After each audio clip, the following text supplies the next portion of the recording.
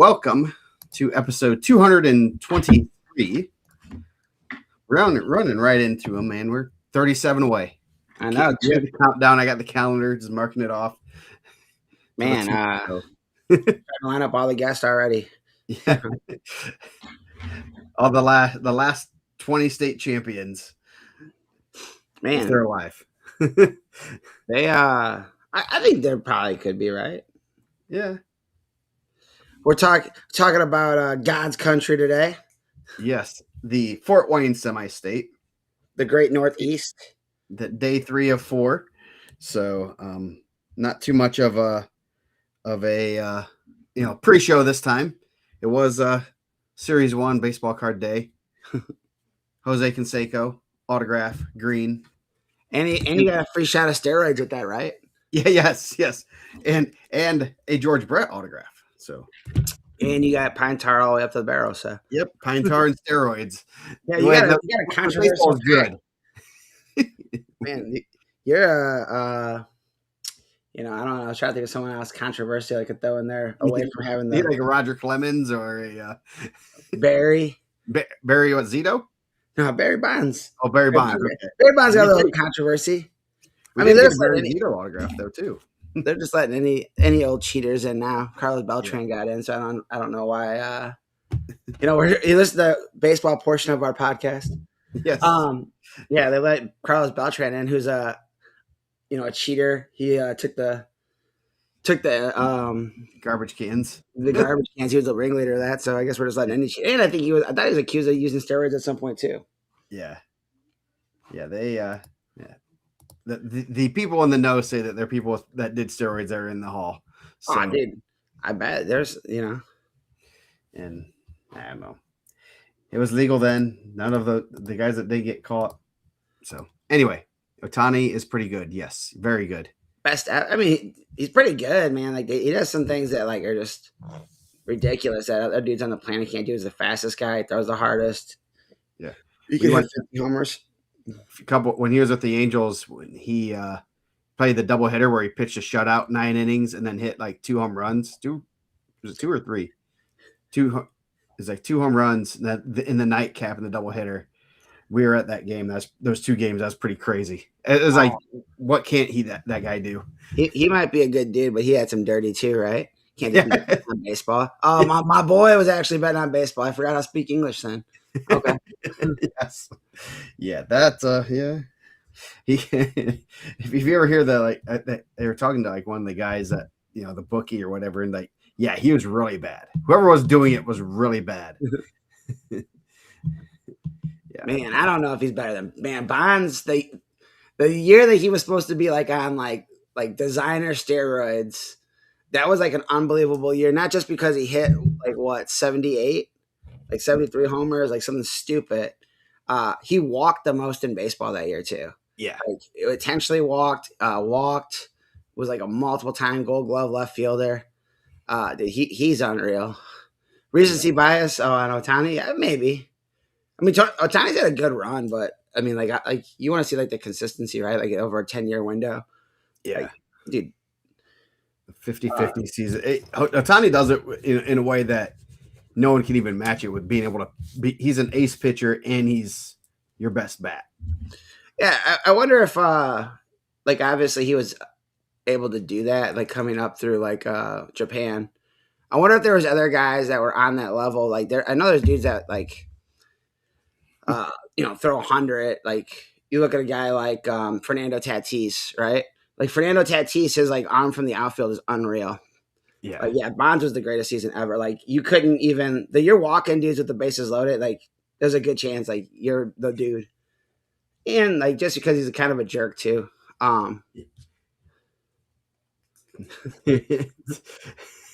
Yeah, we are. Yeah. We're just letting people we're building up the suspense here. It's called and you know what? I've heard Bonds has a legendary birthday.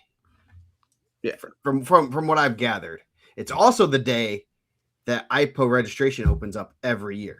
Oh man, at Indiana Matt fan, Bryce Harper could have been. Bryce Harper threw smoke. He was a good catcher. Like he hit nukes. Like obviously injuries has taken its toll on him too. Yeah. I mean, dude, Bron's still, like what does he have? 500 stolen bases, 500 homers. He's like Yeah. he's like one of the only guys in like the 500 club, which is wild. Um, I think my favorite Barry Bonds story. They said like Mick Foley, the WWE wrestler, like he was gonna throw out the first pitch at like a Giants game, and he was wearing like I forgot whatever Negro League. It might have been the Kansas City Monarchs jersey. It was a Satchel Paige jersey pop, And he's there, and like this guy, like Barry Bonds had his own area, like he would stretch by himself because he didn't want to be part of the team because he was, kind of a jerk, and like obviously those tales are pretty legendary. And the guy's like, "Oh man, you would love that jersey. Barry would love that jersey." And he's like, "Oh okay." He's like, "Yeah, he's in his like training like room. You should go talk to him." He said Mick Foley said he walked in there and Barry Bonds like just stretching, didn't even like look up. He's like, "Hey, Brian over there said he thought you would dig the jersey." He looks up, he's like, "Yep." And he's like, "This dude don't know who I am, dude. It doesn't even matter, dude. It's whatever." So he's like, I go to turn away, and Barry Bonds turns and goes, "Hey Mick, hell in the cell, man. Hell in the cell." So for all you non WWE fans, probably one of the wildest matches ever. Yeah. Where I felt like that was like one of the times. I mean, outside of like obviously like Owen Hart being in a match, but like I thought someone was actually gonna die in a match. Yeah. And that was like prime when I was a little kid, like watching wrestling, probably like 16 years old, watching a guy go through a cage, tacks in his nose, teeth in his face, and it's pretty wild. Yeah. I think Mick Foley's coming to Fort Wayne for the like WWE night. I want to say him and Taker, man. They got like man, they do these like Vice, like on Vice TV, these like Dark Side of the Rings. Like, dude, I get addicted to those. I go down these like wormholes of like YouTube videos and all kinds of nonsense.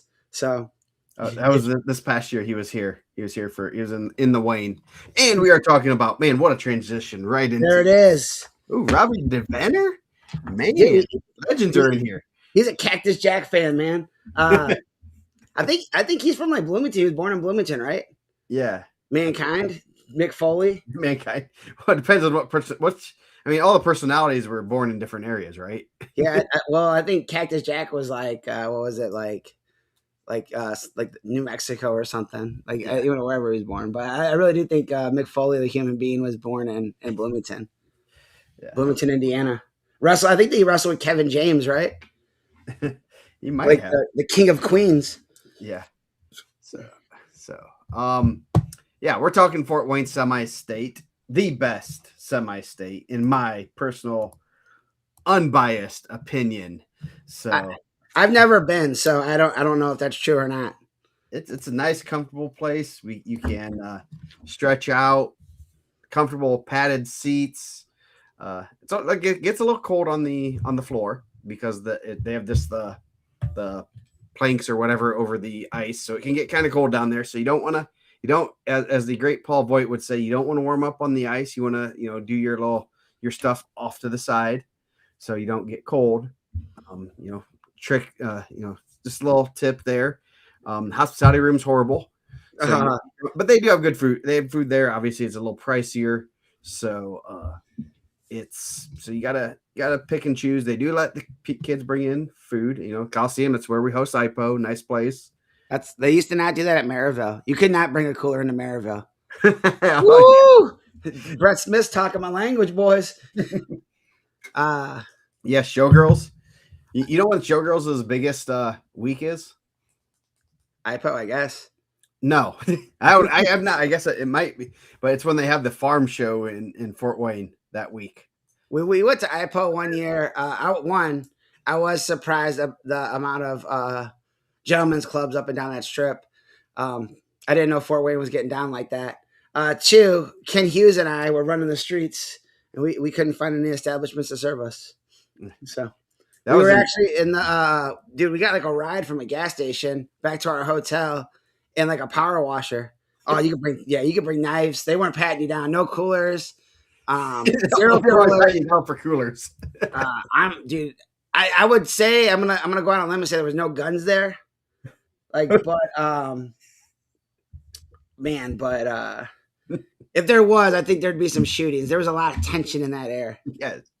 So, How much tension is in the And it air? wouldn't be over the wrestler; it'd be over someone taking their seat. Oh, 100%. You got up to go get. I mean, I know Maggers told that story. Dude, we've lived it. Like, you get up to go get warm, dude. You might have just lost the last match of your career, and you're going back up there, and someone's like, "Ain't moving."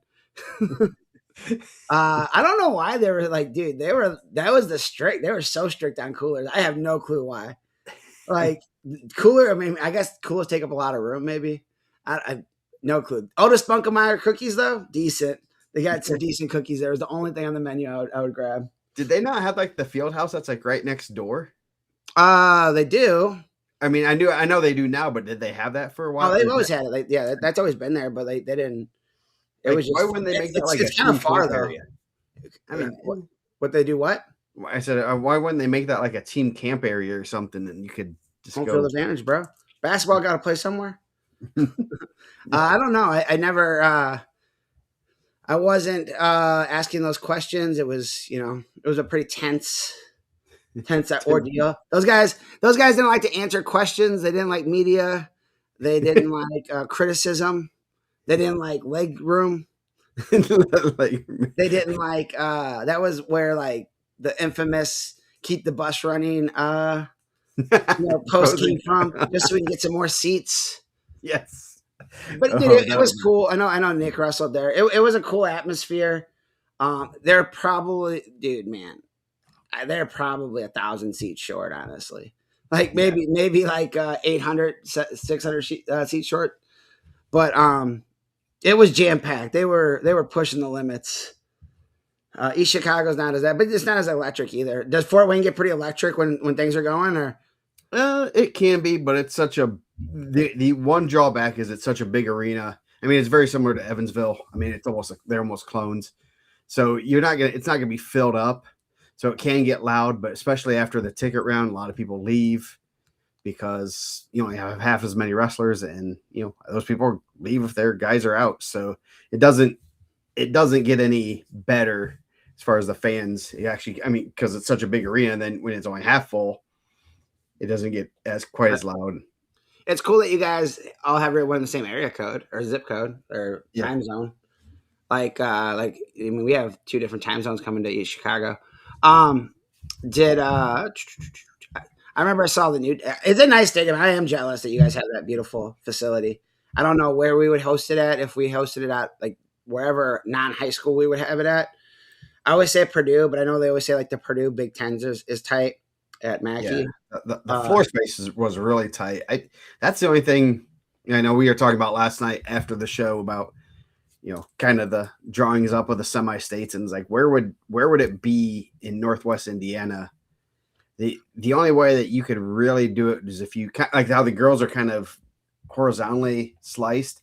You'd have to kind of do that with Fort Wayne, and then have that second level go like to Indy, kind of dip down to Indy, and then go Newcastle. I don't know. It'd be kind of weird, but I keep playing the Powerball, and Kim's in the construction. They just built the new Ryan Fieldhouse, and so she's got like a pretty good feel on that. So when I get that money, I'm gonna build one right here in Lowell. I'm gonna host. I got the idea. Is the new Bear Stadium that they're building in Portage or Gary or wherever, is that going to be domed? It's gonna be domed, but dude, you can't have a semi. That thing's gonna be 50,000 seats at least. Like, dude, it'd be I want something nice and where it's electric. And I mean, people used to say like, I mean, we're getting off the subject talking about East Chicago. We don't need the East Chicago talk. This is Fort Wayne. We already talked East Chicago. We got to talk about, you guys pull from a pretty good area of like the state over there, like that whole eastern half, right? Yeah, go from basically Elkhart down to Kokomo, Marion, all the way over to Muncie, Jay County. So it's pretty good. That's who's going to host the semi-state at some point. It's going to be Kokomo, man. Yeah. Their facilities are unreal for softball. Yes, yeah, they have a pretty nice stadium too. So let me share my screen. Not my Mick Foley screen. Where's my semi-state brackets? There we go. Don't go out on a limb, Owen. The returning state champs winning the state again. Don't go out on a limb, my friend. Nah. Okay. Hey, don't take the field. Yeah. So yeah. I think so we're going to talk a little bit. Here we go. Let's see. Let me make this better. There we go. That looks a lot better. And So Fort Wayne semi-state. we got a special guest in the house too, Who's who's that? playing on her phone and doing homework. Oh, yeah, she's yeah. Yes. So We sit around all the you want people to know who you are. TikToks. Yeah, if you come, if you see her run, I know one coach. I don't want to say his name. Don't run. Come towards. I have more questions. Yeah, she has lots of questions, and I know there's one coach that's definitely afraid of her, worse than I am. Jeez. She's asking the hard hitting questions here. Yeah, she's yay tall. What? No, I'm taller than that. So yeah, she might be asking questions this weekend. So check the TikTok and stuff. So yes, if she needs help with her chemistry homework, so if you know chemistry, is that your thing, Mike? You work. I mean, you should know chemistry. You're trying. I do know some chemistry. What do you need work on? I work in environmental, but solid waste. We work with a lot of chemicals. So I was actually on a pretty big Teams call today presenting. So nice. I work on you've been practicing Gorilla Radio and then take it right to Teams calls. Nice. So we'll start on the wrestling part. 106. Connor Cleveland, East Noble, tough freshman, having a real good year. He has got a tough little match here. Will Fredinger from Bluffton, a senior. Yeah, a couple seniors, right? Yeah, a couple seniors in this quarter bracket. So you never. That's always kind of a wild card, especially at 106. Guys have been there. 28-5. He's had solid wins. That could be a real good match. Jackson Harris, New Haven, number 26 in the semi-state or state, number 4 in the semi-state. Dorian Barber from Kokomo. So 2 seniors, 2 freshmen. That will be interesting. Harris had some good wins. Cleveland has beaten him at the Northeast 8, but yeah, that's going to be an interesting quarter bracket. You can see a 4-over-1 there. Cleveland's really good, but you just never know when right off the scale you got the senior first match of the day. Yeah, I mean you're talking. I mean both matches, right? Yeah. I don't know what these kids' actual ages are, but like you got possibly 2 15-year-old kids against 2 dudes that can vote, can gamble, they can buy lotto tickets if they want. So like I think that's always like you're right. I think that's always a factor at 106, especially the lower weights. Mm-hmm. Whether they're 106 or whatever, those are grown men, those are dudes that, have done it. Fredinger's been, I think he was right on the outside of the rankings. I know he's on the watch list. He's obviously in the semi-state rankings. And shout out to Caleb. He does a great job. Not great hair, but great rankings. You need to hook him up with your barber. Dude, come to the region. I'll get him lined up. You don't recognize him. Dude, come in, it'd be like Can't Hardly Wait, Never Been Kissed. It'd be like those 2000 high school movies. Come downstairs, it'd be all cleaned up. Yeah. Everyone, hide your lady. So then, but Cleveland's had a really good season. So he's been in the rankings since day one.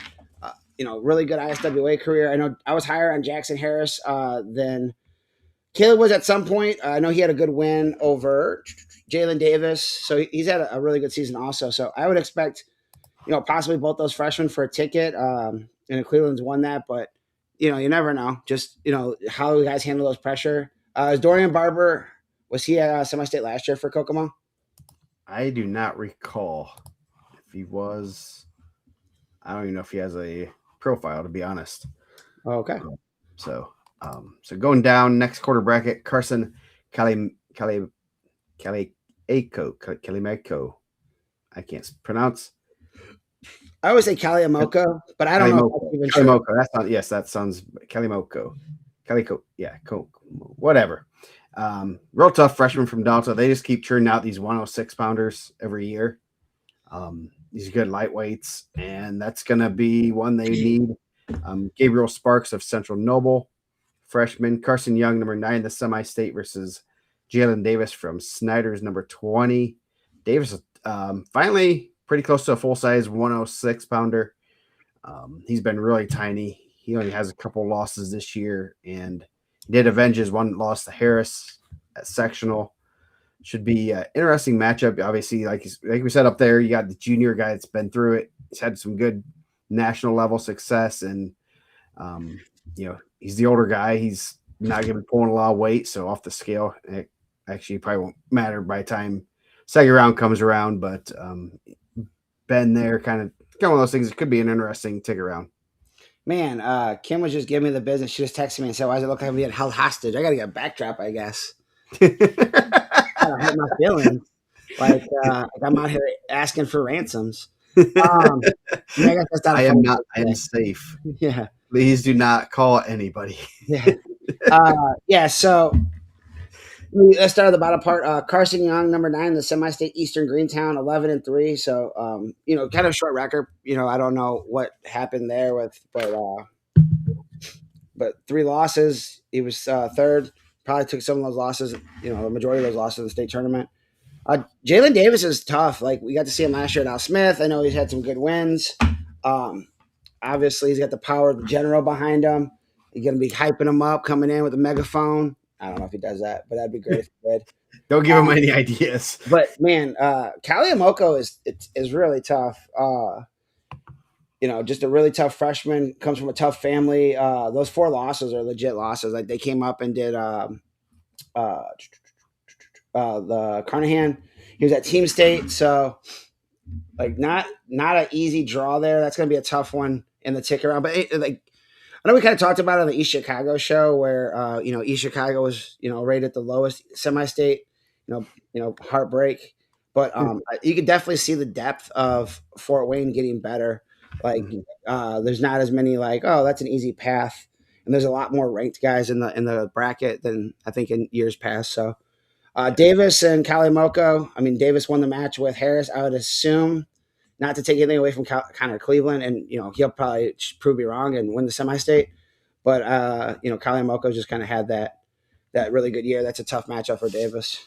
Yeah, so that should be interesting. And obviously, team race right now it's going to be really interesting because Delta, the way you win Fort Wayne is you have about 4 really good guys, and you ride those ponies to the finish line. They have about 4 or 5 guys that basically are boom or bust. If they all do what they're supposed to do, they should win it. But there's other teams. Garrett, Belmont has 12 guys there. Carroll has some good draws. I think North Miami has some good draws. They actually just we'll talk about in the next weight. They got a little bit of help in this in one of the weights. And so it could be a very interesting team race, and it's going to be close. And basically what those other teams need is somebody to knock off one of the Delta kids, especially in the ticket round, if not even in a couple in the semifinals that could, help teams. I mean, there's some other teams that could, if they have good days, they got draws in where they're in good spots. It could be very interesting. They can make things fun. Yeah. So. That's going to be a good match. Kalimoko's losses are to Schofield, Weiler. Weiler, was that out of state? Was that at Carnahan? Yeah. Kennison, 4-1, and then DeLuna, 5-4. And obviously, Jalen Davis is 3 losses. Jackson Harris, I know that was early. He avenged that. And then Joey Warner twice. So, that's 2 guys that probably contend for a state medal, and they're going to meet up in the ticket round. Possibly. No, shout out to Carson Young. Pull out the upset. Make me look dumb. Kahal Como. Yeah, there it is. See, I will. I'll put on. There's a place on the profiles that you can put the pronunciation of their name. Kahal Como. I think they told us that before. So, I apologize for that, man, because honestly, I think we've talked about, Carson in the past. And I know people have put that in there. And, I just updated his profile, so now we can check it. And I don't know why. Like, I keep going to that. Como. Yeah, it's just some different names. So, hooked on phonics. Hey, we're better at ranking things than pronouncing names. So, bottom half bracket: Joey Warner, Carroll, wrestling real well, returning state placer. It's 9-4 with Davis at regional. Really was never in danger, but it kind of just making sure he's wrestling smart, putting himself in good position. Mason Jones from Wabash, freshman. Grady Nevins from DeKalb, freshman. And then number 29, Jacob Binniger from Belmont. That was a rematch from the duel where Warner won that, I believe, by tech fall. So. Yeah, tough match for Binniger. Right out the bat, 26-10 from DeKalb. But Binniger's tough. Like we kind of talked about. I don't know if did he end up getting seeded at Al Smith. I know he was like one of those guys that was right on the cut. I think he ended up getting one of the later seeds. Like I was a fan. I was happy to see. Like I know he was out for injury, and their backup did well for Belmont too when he was out. But Warner's tough, man. Obviously, he's a returning state medalist. 34-2, 2 losses at 13. The one was at 6. One was at 6. Schofield. Which one? Schofield and Heisler. Yeah, that's right. Schofield and Heisler. Schofield got him at the Spartan Classic. Yeah. But he's really tough. He's good in the top position, which I think when you're a guy that can turn people, not just ride people, it makes it difficult, especially in high school wrestling, because I just don't think those areas are focused on enough. So he's going to get some points. I know he had a really good run last year. Obviously, got a medal as a freshman. Yep. Ari Schrock, 42-1. His only loss is a Jalen Davis. William Whiteman from Homestead. That could be a real good match. Whiteman's solid. He can, that could be a real kind of sneaky match. 4 versus 1. Ben Dygard from Yorktown and Adley Yoder from Northridge. So 2 guys in that quarter bracket that I don't want to say I slept on, but I know that Caleb had him higher in the rankings than I did. And one was Adley. Adley Yoder was in the rankings forever for Caleb. And then it looks like he fell out right at the end, a senior for Northridge. And then Ari Schrock, I think I had him in the 20s. He might have creeped up a little bit for Mechanical. And then obviously the Davis, loss kind of pushed him down. But really tough. I mean, 42-1. Like you go out there and get 42 dubs. I don't care what schedule you're wrestling. That's really good. Yeah. So, 3 seniors in that weight class, which is probably the most in the state. So, 113, there was a big change. It will be more in the next. Actually, it'll be in the next half bracket, but tough break. Yeah, undefeated Ian McVicker. I guess his dad said he dislocated his knee at sectional and is pulling out. So these are brand new, hot off the presses brackets with the updated, what I believe should be updated correctly, brackets. So if they're wrong, don't shoot the messenger. But I don't think he was out yet on the brackets, but that's his dad posted there. Usually he's pretty truthful about that stuff. So tough loss for him. So we'll talk about that as we get down. I got number 14 in the state, Drew Heisler, tough sophomore for Homestead. He has Brock Sprunger. Imagine that, a Sprunger from South Adams. Number 10 in the semi-state, Nicholas Davis from Taylor. He has Carter Sheehog of Angola, number 8 in the semi-state. Heisler had a real good freshman year and kind of starting to put it together this year, wrestling really well. Won a regional title last week. Yeah, I think that'd be an exciting match right out the gate. Heisler and Sprunger. Sprunger's had some really good wins, had some, some head scratching losses, and it's just, how do you put it together at the right time? Heisler, Homestead. We talked about it when we did the votes for who had the toughest schedule at the Fort Wayne coming out of Fort Wayne. I had Homestead Homestead and Garrett. He's wrestled a lot of really good 13s. That'd be I think that's when it pays off is now. When you wrestle those really tough matches, it doesn't matter how many. I mean, everyone wants to be undefeated, but if you're taking those losses to the top level guys, you're at Al Smith, you're at the Curry Clash, and I would be willing to bet that's probably where a handful of his losses came. You're hoping that you get those out of your system, kind of figure it out, get some good tape. You're not just blowing everybody out, and then it pays off here. And he has good coaches. Like Mhm. Like Homestead has really good coaching. I got to watch the video of Mic'd Up. Yes. You know? Andy, a man of self reflection. We're all getting older. That's very true. Yes. Um, He can't get up out of his seat. So hopefully Duke will kind of bring him a cane or his walker this week because there's gonna be a lot of walking. Dude, I might go find some pierogies.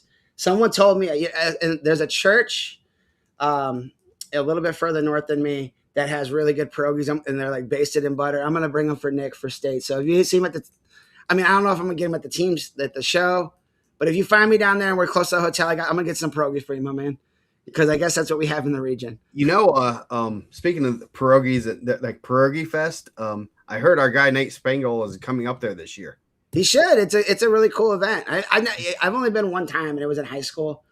It's far up there. That's basically Chicago. It's like north of Hammond. You got to get with Joe Stanley, Whiting legend. Did I make a mistake and said he was from Hammond Clark? He scolded me on air. It'd be like saying I was from Griffith. Yeah. How's this becoming a East Chicago show? Anyway. Yeah. So we kind of talked about it. Well. We kind of talked about it off air a little bit.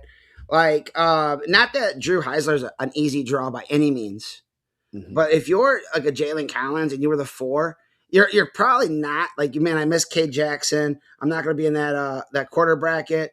And then you get moved out of there, and then now you're with K Jackson, who's got a state medal, and you're just like, man, that's a little bit tougher draw. Like, I know I've seen other locations or someone pulls out and like you go from like, oh man, I like this draw to like, dang, this is a terrible draw. Yeah. So, like, yeah. I wonder if they would ever be like, hey, you know what? Do you want to move? Do you want to put the other guy in that spot or? Yeah.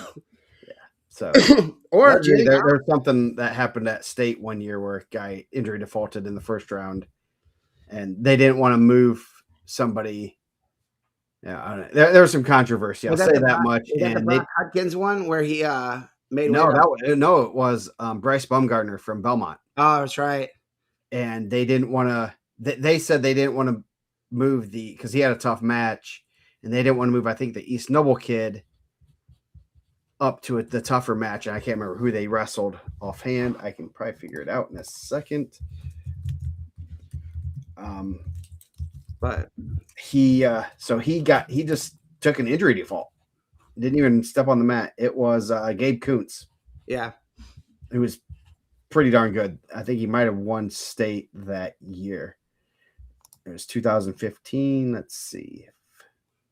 I think so. He stayed there. He didn't move up. The would have been the East Noble kid, and then there was a lot of because there was a East Side kid that would have been the alternate that should have been able to wrestle, should have been able to go to state, and I think that's the wrong thing to do. I will say that and let the kid that it was kind of just a weird, like, you don't go out there and just hold that spot. Yeah. No, he did not win it. He was 3rd that year or 5th that year. Still, that was just a weird. McVicker's dad's in the chat. Like, yeah, man, quick recovery, man. Obviously, that's tough. He was having a really good year. Like, he's tough, man. He's really good. Obviously last year beating Harper kind of put him on the map for us in the rankings, and speedy recovery. Yep. So going down, K Jackson, state 5th place finisher. He has Wyatt Cox from East Side, number 7 in the semi-state. Number 12 in the semi-state, Leon Bontrager of West Noble has Jalen Collins from Wabash. Jackson's number 1 in the semi-state, highest ranked wrestler here, so should be a good one there. He should be probably the favorite in that quarter bracket. And he's really tough. Obviously, he's a tough room. Like, because he had qualified. Did he qualify at 21 year, then went back down to 13 and has kind of been there. His 3 losses, Breslin, which I believe was at Carnahan, Nick Freeze, and Max Stevens. So he's had a really good season. 2 of those losses coming at Team State. Yeah. I'm sure that's a guy that's probably looking to score big points for Delta. Yes. So bottom half bracket, this is where you see the major change. Hunter Duncan moved from the 2nd to 1st place. This really makes a very wide open weight class or quarter bracket here. One of Duncan's losses was to Wyatt Cox, who was 4th in the Carroll Regional. So that kind of gives you a little bit of a take that Levi Bell beat him last week, so it could be very interesting there. Obviously, you had Mick Vicker there, who was a heavy favorite. So Hunter Duncan, number 9, the semi-state will have Trevor Munsell of Northwood, Levi Bell, number 11 in the semi-state. A lot of his losses are up at 120. And then he has Cade Jackson, a senior, number 23 in the state. So Jackson, obviously, Jackson Webb in this spot now, but you got the freshman versus senior. You never know what. Did you say Cade Jackson there? What Jackson Webb, right? Jackson Webb. Yeah, that's what I meant. Sorry. And I think half his losses have come to Cade Jackson, right? Jackson Webb's. Yeah, he lost his 2 losses in the state series. Lost to Caleb Morrow 8-0 and Fleshman. So pretty solid losses. That'd be a good one. Levi Bell's a really talented freshman. I know he was in my nephew's weight at middle school state last year, so I know he had a good run. I believe that'd be a good match. Obviously Webb didn't have a ton of matches this year, so I don't know the type of injury or if whatever was going on there. And Carroll, I think, wrestles a pretty solid schedule also. But Duncan goes from possibly a ticket round match with Cade Jackson to being the one in the regional there. But Trevor Munsell, I thought, looked pretty solid at Al Smith too. I don't think that if you're looking forward to the winner of that Levi Bell, Jackson Webb, you might get caught, looking past Trevor Munsell. I thought he looked solid. Mm-hmm. Yeah, that should be a good quarter bracket. Kind of wide open now. Bell's looked pretty good the last couple of weeks. I've seen him down at 113. So that could be. I mean, going down to 13 might have set himself up for a puncher's chance at least. At the very least, he has a chance to punch a ticket to state. Did he have some pretty good wins? At he beat Putt. I thought, or he beat Simon Aller at Tom Cameron. Yeah, he wrestled a tough Tom Cameron. He had Ethan Alvarez there. He had a couple other guys. So, bottom quarter bracket, Max MS Kleberg from the Prairie Heights Panthers. Tough freshman. Jace Johnson, Huntington North. He's the one that got pulled in here. Bradley Baker, Belmont. Imagine that, a Baker at Belmont. And Ramon Sierra, returning state qualifier from Garrett. This is another, the senior versus freshman. Might as well be the motto for the semi-state right now. Sierra was a state qualifier last year. Been there, done that. Kleberg, really tough freshman. But you never, and he's beaten Sierra at least once, if not twice. He has beaten major and fall, right? Yeah. So that puts you're going to be a little bit more confident, but at the same time, it's a tick around and crazy stuff happens. I thought Sierra looked, and this is no disrespect. I know, the Garrett guys are watching a good amount, but I didn't think Sierra looked great at Al Smith. I don't know if he was sick or I don't think that was the showing, especially coming off a state qualifier finish, but he looked much better at team state. I thought the match with Carter Gary, I thought he wrestled really well. Carter Gary is really tough, and I thought he dominated that match, kind of set the tone for Garrett, where he just kind of came out, wrestled hard, wrestled in your face. I don't know if that's more reflective of how he's wrestling currently, and then maybe just took some time to get there.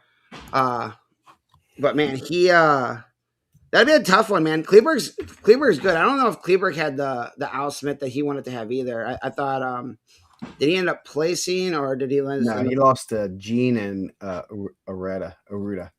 Two pretty good losses there. Jackson Gene well, and Cruz Aweta. He also beat Carter Gary there 7-4. He beat Trevor Munsell there. So, I think that's one of those ones that both those guys are, good programs, good coaching. So that'll be an interesting one to see who comes out in that ticket round. But sometimes you go with the senior that's had that experience, but I think Max Kleberg's had a really good season. So. Yeah, Kleberg's really good. I mean, we saw him at the Folksdale State. He looked real good. Yeah, last year. Did he beat Louis there?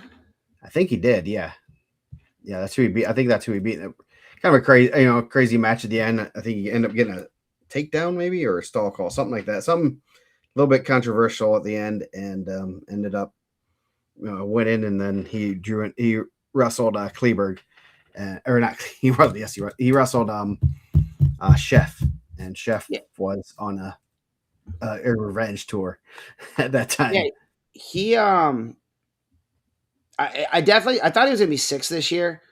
He had a really good summer. I'm just kind of looking at some of his results now. Trying to see that folk style state. Yeah, he beat Luke Kennison 7-5, lost to Chef. But yeah, he wrestled really well that day. I remember talking with Nick Duke, and he was kind of saying like, oh yeah, he's gonna be a guy to watch next year and kind of just be in the mix. He was a 5th placer at Middle School State. Lost to Ty Sisson, who's also up. Probably he's at 26. We'll talk about that tomorrow. He lost to Luke Kennison there. So 120 returning state qualifier, or from 2 years ago, 3 years ago, 2 years ago, 3 he was years a ago. qualifier coming out of East Chicago, right? And then went to Fort Wayne and he hasn't made it back through. Maybe that's what Maligned used for the ratings. Just like, man, this guy qualified out of East Chicago, can't qualify out of Fort Wayne. It must be tougher. That's what I keep saying about all the Rochester guys. Except for no, I don't say that. After Rochester guys. There was someone else that came from Fort Wayne before. I forgot who it was that struggled to get out of EC. Yeah. But, so yeah, so that'd be kind of cool just to switch those up to see if teams get more or less. Anyway, center state qualifier from Wawa C. He has Hudson Treon of Bishop Dwenger first round. Number 12 in the semi-state. Manny Mora from Oak Hill versus Max Adams from South Adams, number 26. So you could have a 4 and 6 in the semi-state, or 18 and 16 in the state. So that could be a real good match. Center having a pretty solid senior year there. Yeah. Center also, like, obviously we got to see him at Al Smith. I thought he wrestled really tough. I thought he scrapped. He looked like he was pretty big for the weight. Mm-hmm. So I thought he put himself in a good spot. His 4 losses, I would be willing to bet a handful of more there. He's lost to McIntyre, Justice Thrasher twice, which would have been there, and then he lost to Xavier Kuna, which was probably also there, right? I don't know if Wawa CC's Portage anywhere else. Yeah. Actually, it was later because they wrestled Portage. I think it was later. Let me see. So those are usually by date. Yeah, they wrestled Portage. No, that was the same day. He beat Jacob Powers, beat Ray Pole. Yeah. Yeah, so I mean, yeah, that's a good win over Powers. Powers after that's been wrestling lights out. Yeah, because he went back the next week, I think, or 2 weeks after that, and beat Bridge. Yeah. Or the next week. So I think he's wrestled really well. I think that's gonna be a tough match. Max Adams also. He had a tough loss early on to Silas Wank of Jay County, where he was tech falled, which I think he was in the rankings that kind of dropped him back down. And then obviously he's ran into Wicker a couple times, but he reversed that loss to Wank. Looks like a couple times now by fall. Yeah, he only lost 1-0 to Wicker last week, so obviously wrestling pretty well right now. Yeah, that'd be an interesting match. So going down, you got Bakari Cooper, returning state qualifier. I believe he was semi-state champ last year. I believe he was a semi-state champ last year. And number 2 in the semi-state, his loss is to Cale Beer. Yep, up by like 32, right? Yeah. He was about 26. He has Caden Braden of Concord Junior. And then Oliver Farrow of Belmont has Houston Smith of Huntington North, a little Northeast 8 on Northeast 8 Crime in the first round. Cooper in a pretty solid position. Braden would be his probably biggest competition right now. Yeah, Braden was a guy I think we kind of talked. We waffled back and forth on the seeding at the Al Smith. Based on some of his results, he wrestled well there. I don't believe he placed, right? No. He had a good run. But that's tough. Bakari Cooper, I'm glad to see him out there. I know he missed their conference right before the state series. Yeah. So I'm happy that he's in the bracket. Obviously, he's incredibly tough. Returning semi-state champ. He's going to look to get a medal. I don't know why I dropped him down after he missed the tournament. I don't do that to everybody. So sorry, Bakari Cooper. I really don't. I don't know the thought process behind that, but. Yeah, Caden Braden lost. He beat Oliver Farrow there. Lost to Gavi Riano and Ethan Alvarez. So tough tough East Chicago sectional opponents there. Yeah. But Farode and Smith could be a good one. Obviously, Belmont's going to be trying to get as many guys to the state and to the ticket round as they can because they're going to try to be in the mix to, push for a championship also. Yeah. I mean, you get a pin there. That's 4 points that, I mean, if it's close, that's going to help you out. So you never know where you need those points. And even if he doesn't make it to state, he can help the team out in that way. Braylon McIntyre, undefeated North Miami. North Miami comes in with 3 undefeated wrestlers. He has Silas Wank that we were just talking about. McIntyre, number 10. Silas Wank, number 8 in the semi-state. Alex De La Cruz from Angola has Braden Jude of Leo. That should be a good one, 9 and 10. 8, 9, and 10 in the semi-state, and then number 10 in the state. So that should be a pretty solid quarter bracket. Yeah, Braylon McIntyre's had a really good season. Who beat Braylon McIntyre last year to not let him get a ticket? He doesn't have a state qualifier next to him. Braylon McIntyre. I thought he did qualify. He did qualify last year. Okay. Or no, he did not. This is your spot, man. This is. Yeah, he did not qualify last year. He lost to Levi Johns. That sounds, yeah.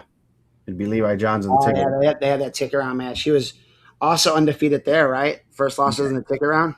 Yes, I believe so. Yeah. The aforementioned Silas Wank, 8 in the semi-state. He's had some good wins. That's a tough one though. McIntyre's wrestling really well. And then 9 and 10, De La Cruz, Angola, and Braden Jude. Braden Jude was in the rankings for a little bit also, just kind of fell out right at the end. But I think McIntyre is probably liking his draw better this year than it was last year when he had Johns, right? Yeah. Jude beat Cruz in their duel 4-3, so that should be a good rematch there. Oh, Caleb does a great job on the rankings, so that 10 and 9, I assumed that was going to be a close match. So, bottom quarter bracket, Reed Wicker, returning 5th place finisher. He has Waylon Mossholder from Kokomo. Camden Rapel from Homestead, number 7 in the semi-state, has number 5 in the semi-state. Charlie Fleshman, who's also a 2-time state qualifier, looking for his 3rd trip to state. He's going to, I mean, this is a Fort Wayne semi-state draw. 2 guys with qualifiers beside their name, and they meet up in the ticket round, possibly. Well, I mean, not to say like, oh man, but like, I mean, Centaur obviously beat Fleshman, so he's a returning qualifier from a couple years ago. Mm-hmm. And then Cooper's a returning semi-state champ. McIntyre's an undefeated senior, 82 and 1 in the last 2 years, which is pretty phenomenal, especially for a guy that hasn't been to state. And then Reed Wicker, you're gonna hit one of those guys. So that could be a really good match. But Rapel and Fleshman could be a good match right off the bat too. Rapel's had some solid wins for Homestead. 27-10 sophomore. I know he had some good wins last year also. So I think those guys will have him ready to go. And then I mean Wicker's tough, but like I thought when Wicker came to Carnahan, he might have still been adjusting to the weight, going up 2 weight classes. I don't think. Because you go 0-2 there, or you go 1 and 2 there. He went 1 and 2 or 0 and 2, I think, something like that. Probably there's probably not a lot of tournaments that he had a bye, and then he got tech followed by Mason Haynes of Dundee, and then Brody Page of Army and beat him 5-0. I'd be willing to bet there's not a lot of days that Reed Wicker's probably gone to that he didn't score an offensive point in a tournament. He was incredibly tough. But then obviously now he only has the other singular loss, which I believe was that at Team State also. That would have been yes, Kreiderman 2-1. Kreiderman 2-1. They bumped up, so that could be a really good match with him and Fleshman. I know I think I sided with. How did I rank it? Yeah, I sided with Caleb on this one on his rankings. I was a little bit surprised that he didn't have Bakari Cooper 1, returning semi-state champ. And then, but I mean, like obviously Caleb does a great job, so I kind of went that way. But that's a good weight. Sounds like Mossholder is out and Rowe from Western is in. So shout out to Rowe from Western, man. Congratulations. So 126, Dakota Sprunger, Adams Central, number 15 in the state. Another Sprunger from South Adams, Mauricio Perez from Oak Hill. Shout out to my boy Sprunger from South Adams. Yes, lots of Sprungers there. Landon Carrillo from Goshen, Simon Cornwell from Bishop Dwayne, number 30 in the state. So 15 and 30 could be battling it out for a ticket. So should be a good match. You got two seniors who are going to punch their first tickets to state there. Yeah, Sprunger's had a really good year. 2 losses, one to Swarthwood, one to Beer. So Caleb Beer doing work on some of these guys. Just, I know that was one of the ones that kind of kept him out early on. I think, but he's wrestled really well.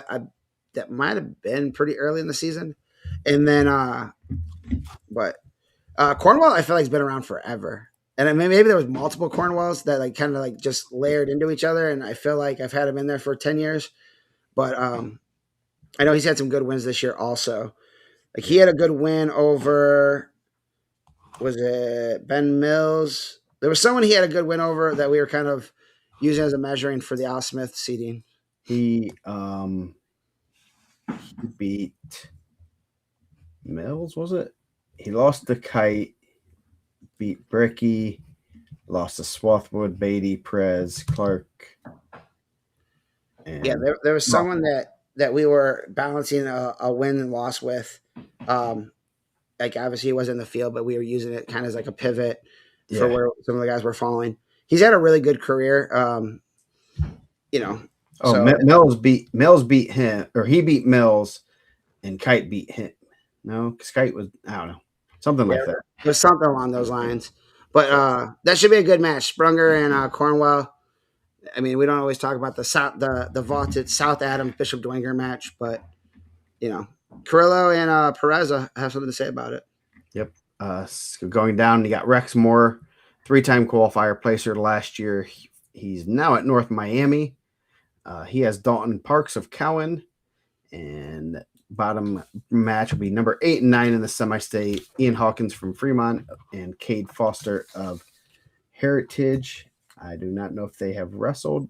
We don't have many of their matches in, so I don't know. I think they possibly were at the same tournament earlier in the season, but I don't know if either of them have had profiles for a long time. Shout out to Caleb for kind of getting that seated in there, right? Like you'd have Moore, who's an undefeated returning medalist, and you have an 8-9 match to kind of feed into there. So Rex Moore's incredibly tough. Obviously, he's been to state 3 times. He's going to look to go 4 times. And he's in a good spot on that top half of that bracket too, kind of away from Sprunger's asking about the vaunted Dwenger South Adams Cradle. Won the can't even think of his name. I could see him.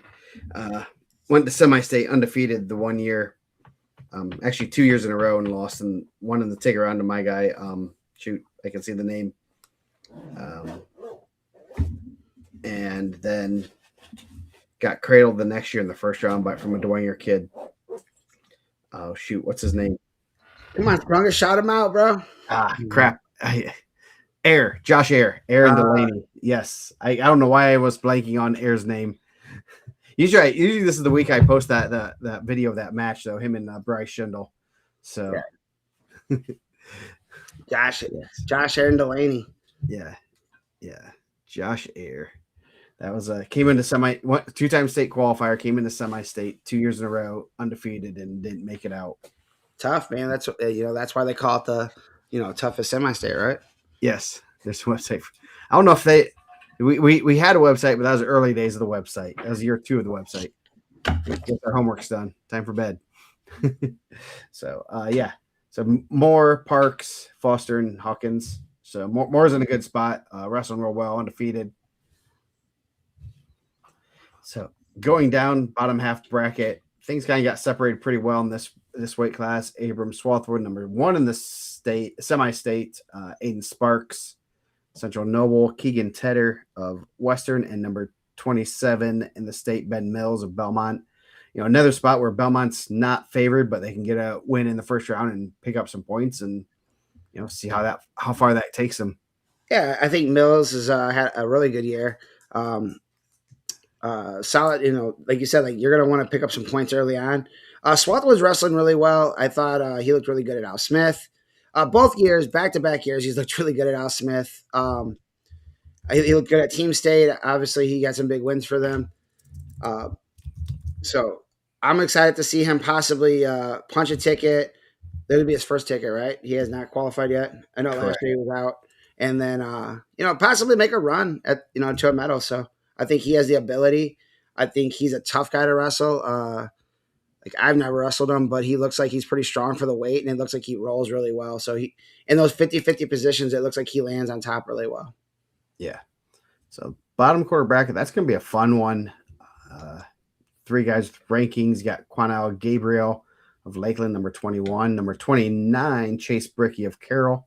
Actually getting fourth. He ends up probably in a lot better position than he would have if he got third, which would have put him up against Rex Moore. Yep. So he had actually probably the better draw by getting fourth there. So that should be a good one. Gabriel's solid. Has had some good wins and some good matches. Braden Salim from Muncie Burris, and Quinn Allen Boggs from Peru. Muncie Burris just like restarted the program. Salim's had some decent win. He actually, and he beat Joey Warner at Freestyle State a couple years ago twice. Warner's pretty solid at freestyle. He likes freestyle and Greco, and I was looking at his his profile, and I'm like, man, he's that. I mean, obviously it's freestyle. Things can be a little bit different. He didn't really have. He had some decent matches at like Folk Style State and stuff, but you can tell he's solid. He knows what he's doing. It's that'd be kind of cool to. He'd be their first state qualifier, and so he wrestled at Delta a couple years ago. I don't know if he was wrestled last year, but 2 years ago he was wrestling for Delta a little bit. So it could be an interesting quarter bracket. I mean, yeah, pulling for the teams that aren't always putting in guys to state and stuff. Lakeland doesn't get a lot of qualifiers. I think they have a good young group right now. Muncie Burris, Carroll has a good young core, so it should be interesting to see who comes out of that bottom quarter. Yeah, I thought Gabriel had a really good freshman sophomore state. I thought he had some good wins there, which kind of put him on the radar for us, like into the semi-state rankings and things like that. Did Muncie Burris not end up going to Spartan Classic? They were there, right? And then they end up pulling out, I think, and then we're trying to find something else. Because they were talking about trying to get into Al Smith like late, right? Yeah, I believe so. But that'd be a good one right off the bat, Bricky and Gabriel. And then, yeah, that'd be really cool. I mean, I don't know. Has Muncie Burris never had a state qualifier? I'm pretty positive they've never had one because I don't think this is the first time I put their team in the database. So, yes. Yeah, I mean, that'd be awesome. I mean, I'll pull for him. I mean, even though I usually pull for the guys with the rankings, and we haven't had a quarter bracket without a ranked guy in it. But if he pulls through and he's the first one, man, shout out. I mean, that'd be awesome for the program, awesome for the state. The more teams involved, I think it's better for the community. Yes. So 132. Donovan Cunningham from Concord having a good senior year. He has Connor Fajortik from Norwell, another senior. Looking should be a pretty good match there. 8 and 12. The 8 is the 4 seed. Then you got a really good first round match here. Number 26, Callan Olery of Homestead and Trip Hazley of Madison Grant, number 16. Not Trip Garner. That is not Trip Garner, but I thought it was Trip Garner. Too many trips here. I was trying to round up all the trips and put them on one team. Yeah, so his losses are to D. Ross. I don't know who D. Ross is. Rosenberger. Dallas Rosenberger. I know who that is. Yeah, he's pretty good. Nixon loved the past 2 weeks. 8-6 and 11-0. So Hazley's pretty solid. Returning state qualifier. He's probably a little bit more of the favorite here, but I think that first round match will be good. And any of those guys, those seniors right there, could be looking to upset a kid in the ticket round. Yeah, I thought Colin Ulrey's had some good wins. At Center Grove, he had some good wins. I think he had a win over Kyle Riley there, right? Yes, yeah. Early on. And then Trip Hazley has been really tough. I know he had some good wins last year. Obviously, he's having a good run right now as a senior for Madison Grant. Donovan, we seen at the Al Smith. I think he was 1-2 possibly. I think he lost to two pretty tough guys. I mean, it's a tough tournament. I don't. Ulrich was not in at Al Smith, right? He ended up pulling out. He was injured. Yeah. He I don't know if he was injured. He just wasn't there. Yeah, Could have been on there a was cruise, get some sunshine. sickness, injury type thing. So, I went to the Trikoff one time and didn't see MJ Staples, and I was like, "Oh man, is he hurt?" And they said, "Nah, he's just enjoying some sunshine on a cruise." So I don't want to assume. But, yeah, that'd be a really good first round match. Yeah. And again, Homestead's going to be in the mix too. They have some guys that are going to be pushing for state medals, and the more guys that can get into that ticket round and rack up points, I think is going to help them push for a team title. And I know they want to get back to team state too. So I don't know that's a spot where they could, getting someone like him to state is big points for the team race right there. So that could really put a kink into things if guy that's not totally favored by rankings or seniority and stuff, pulls out a couple upsets and ends up punching a ticket. And you never know what happens then. I mean, you're scoring lots of points. That would be at least 8 or 10 points, I believe, and he's in a good spot. I think it's good for his career too. Like as a sophomore, if you're able to knock off returning state quality, even if you go out there and bang with Hazley and it's a good match, that gives you a little bit more motivation to continue to work and know that you're right there with the top guys in the state. So, and he's had wins over some of the top guys in the state. So, yeah. Confidence is key, man. And speaking of top guys in the state, number 1, the semi-state, number 2 in the state, Jensen Boyd. Obviously, that top quarter bracket, everyone there is glad they did not run into Jensen Boyd. He has Remington Waldron of Lakeland first round, Elliot Grist of Cass versus number 10, the semi-state, Deacon Rhodes. Rhodes having a good year. He actually beat Ulrich at regional, which kind of put him in a little bit better spot, you think. And then he ends up getting probably the worst of the draws there. I always say that I always thought that I almost felt better getting third out of Carroll than getting second. I just felt we always got worse draws, and just I have no scientific evidence other than my feelings, but that's scientific enough, right? Yeah.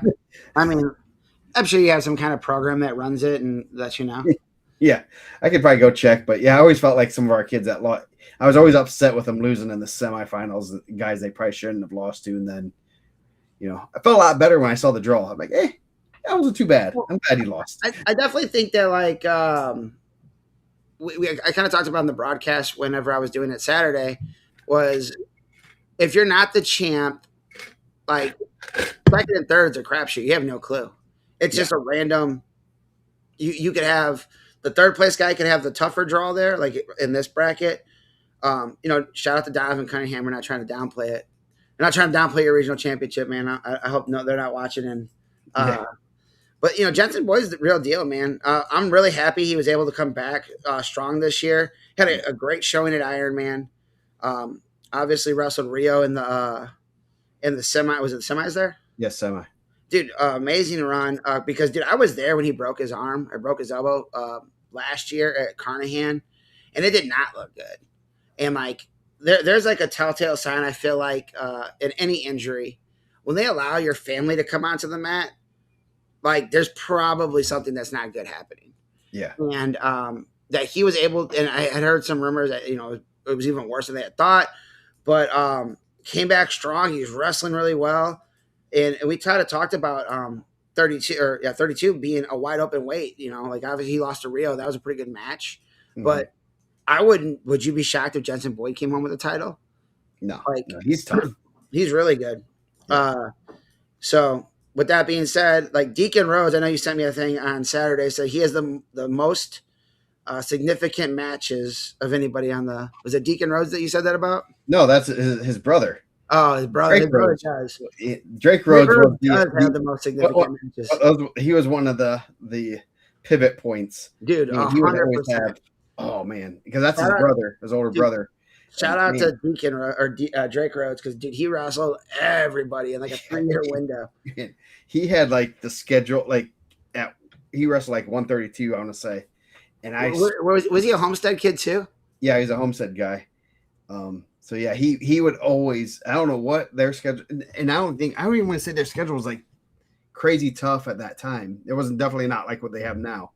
But he would just wherever he would go, he would see real good competition, and he would have. I mean, before I don't think we had profiles back then, but he would always have a ton of matches, and he was always that guy of telling you, if you wrestled him, you could tell he was that pivot point of, okay, we know he's about this level. Where do we put him? But yeah, so Deacon's solid. Had a good win over, like I said, over Ori. Wrestled well. He wrestled Jackson Harris really good. Not Jackson. Sean Harris. Sean. He could probably wrestle Jackson Harris tough too. Yeah, I'd say he's a little more favored against Jackson, but yeah. So he's not bad. He's gonna probably go out there and he's gonna scrap. And I know the Snyder guys will, they'll try to have some. They'll put something together and give it a win. Give it a whirl. I mean, Boyd is real tough. And to that, and dude, I've been in that situation. I know, I'm not a guy that comes in here and beats my chest about my career, but my junior year, I was the guy that opened the bracket and was like, oh, I got Travis Horn, who had killed me that summer. And Travis was ranked 1 or 2 at the time. He was ranked pretty high. He was definitely top 5. And the winner of that match had Eric Keith, who ended up winning state that year.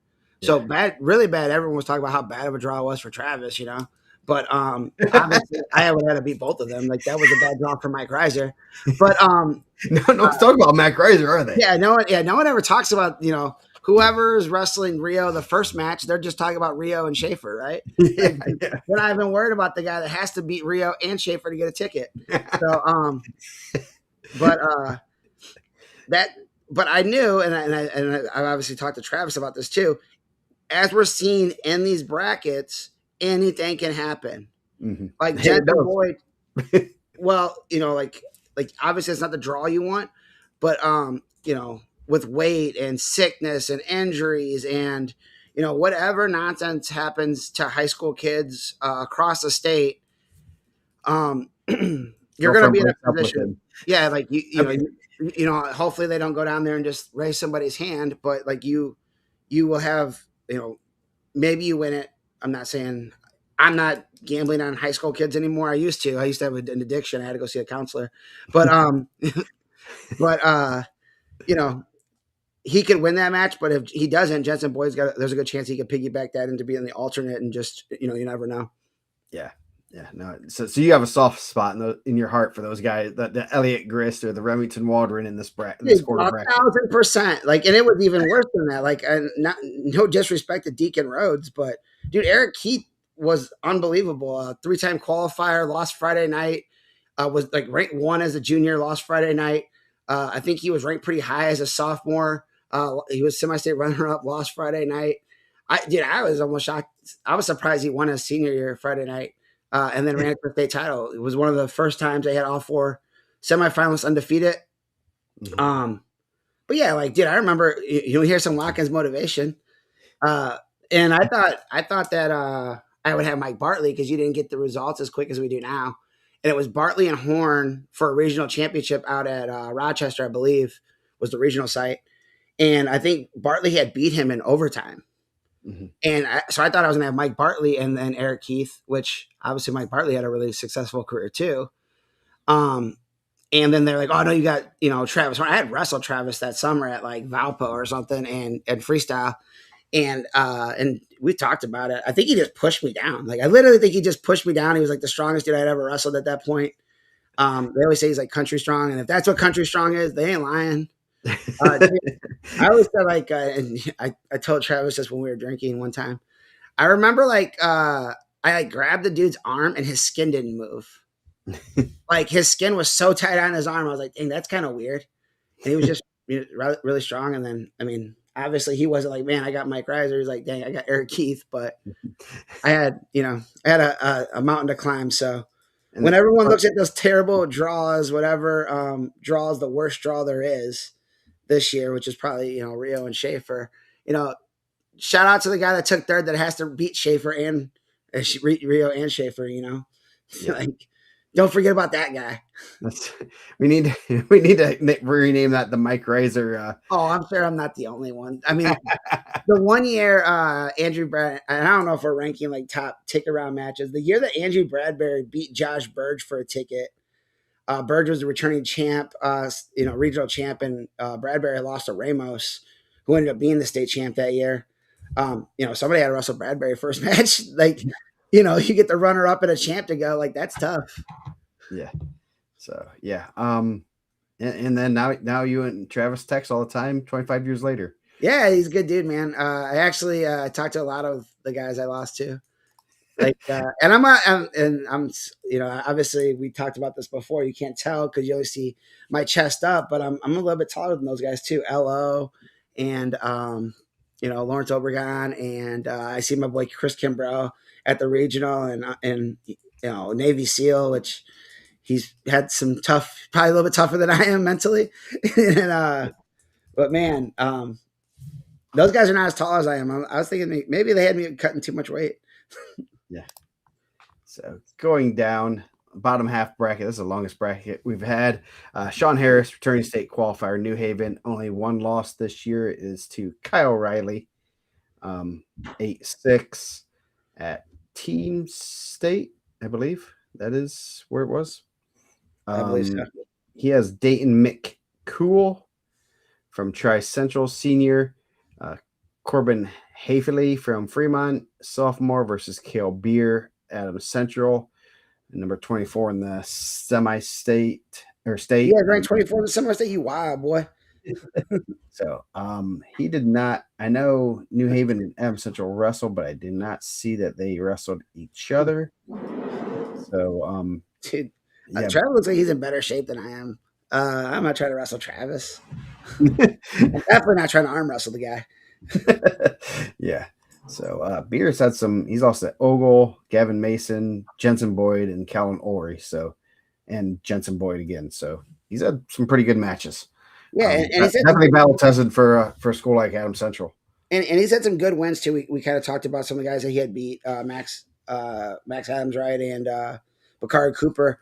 Yeah, that could be an interesting matchup. Obviously Harris, 18 and 24, ranking wise.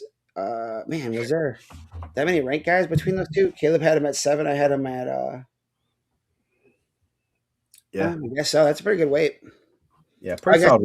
He had Ulrey higher than I did. He had lost to Ulrey, so that's a really good weight class overall. Like that's a good quarter bracket. That'd be an interesting match. Mm-hmm. And then the bottom half bracket, you got return. Hold on, one more thing, because I see like Tri Central, Tri County, Triton. Dude, these guys messed me up because there's like one in every semi-state, and I'm always trying to figure out which one goes to our semi-state when I'm doing these semi-state. Tri Central used to go to. Dude, I thought so. East Chicago. They changed in that last. Okay. Okay. Yeah. Yeah, because I was like, oh, they got some Tri Central guys. I'm gonna throw these. I'm gonna throw these in the rankings, and then they're not even on our semi-state. So. Yeah. And then Tri County is also in East Chicago too. Yeah, Tri County's there. Triton too. There's a Triton Central and a Triton, right? There's Triton is in East Chicago. Triton Central is down by Indy. Bro, we got to mix these school names up.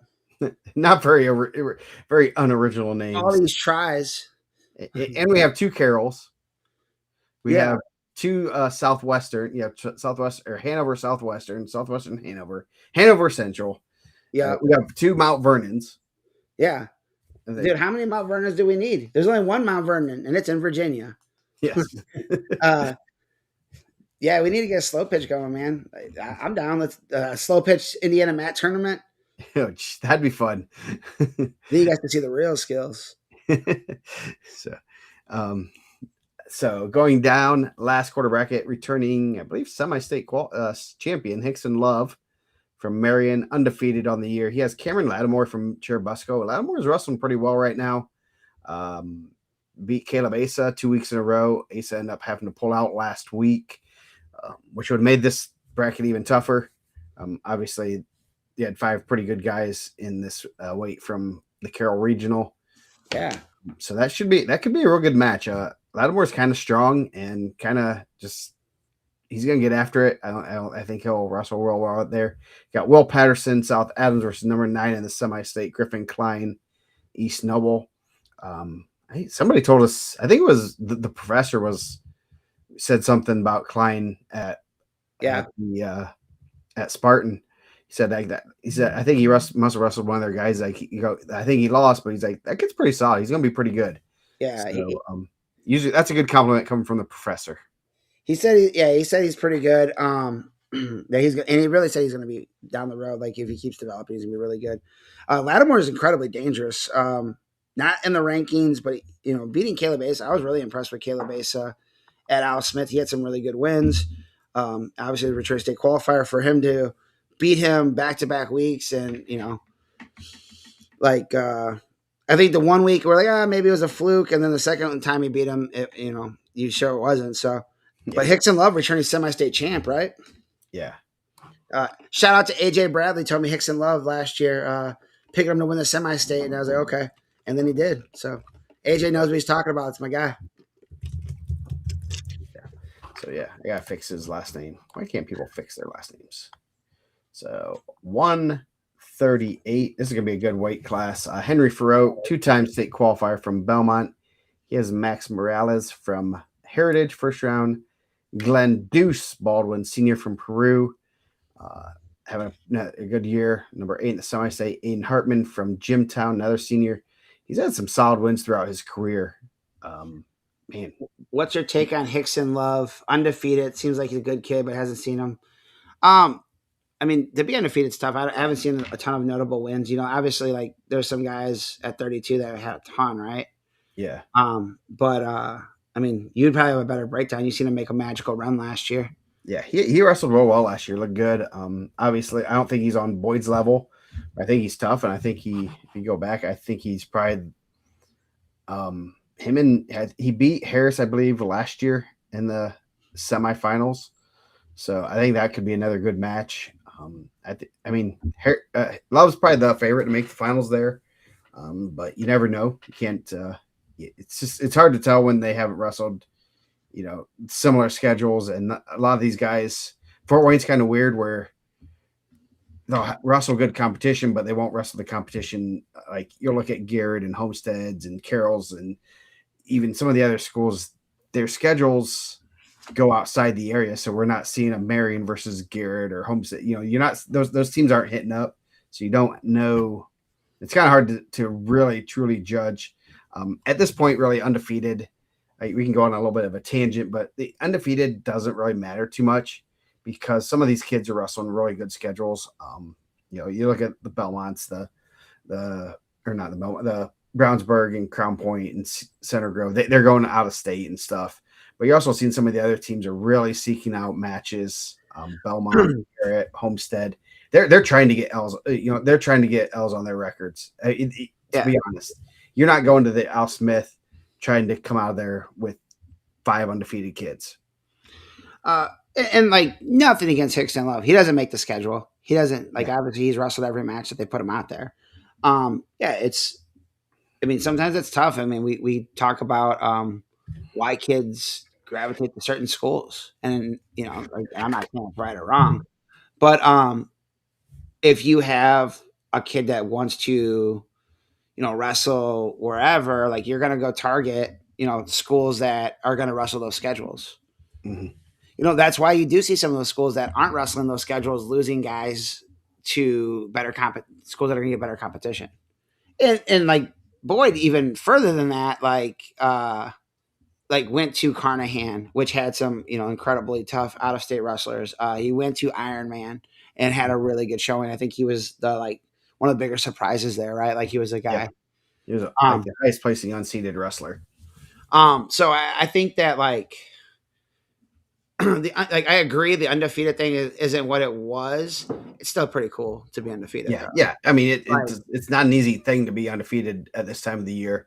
And he's beaten Trip Hazley 2 weeks in a row. Hazley's a returning state qualifier, so he's not he's had some of his tougher matches back-to-back weeks, and you got to beat someone like that 2 weeks in a row. I mean, he's solid. I mean, it is so hard to judge when the other guys around that weight class have wrestled. Yeah. Vastly different schedules. But guess what? We'll find out. And sometimes kind of not wrestling that meat grinder of a schedule, and these guys come on at the right time at the end of the year, and they're fresher. They're not beaten down mentally and physically, and he's obviously talented. He was a semi-state champion last year. Like, yeah, you and I both aren't semi-state champions. Yeah. But someone told me a long time. I want to say it was Watkins, so I'll just give credit to my guy. Losing that 0 once you get to a certain point is like a little bit, it gives you a little bit of an edge, right? You start getting that 0, like, if you're wrestling a guy like Jensen Boyd, maybe not, but like obviously he's a national level guy. But like guys see that 0 and you got 30 wins, 40 wins next to your name. I think it can be a little bit intimidating, especially for kids, honestly. Yeah. Back to 138. Hopefully, Shane, that breakdown was brought to you by Shane Hollingsworth and Contenders Wrestling Academy. So yep. Henry Farrow, 2-time state qualifier, regional champ. I'll have Max Morales from Heritage. And then on the bottom part of that, and they usually see each other at the Al Smith. Peru was not at the Al Smith this year. You'll have Aiden Hartman, 26-6 senior, and Glenn Deuce Baldwin, 39-7 senior. Deuce the Baldwins did work at Al Smith, right? Yeah, like, those dudes. If files were held there, they'd be the favorites, bro. Yeah, if semi-state was held in the old gym at Mishawaka, those dudes put some wins together. Now, maybe he's keeping that up his sleeve because he got some Mishawaka level guys here. He's going to have a Jimtown. Jimtown's at Al Smith. And he's got Henry Farrow, who wrestled incredibly well at Al Smith this year, had some really good wins.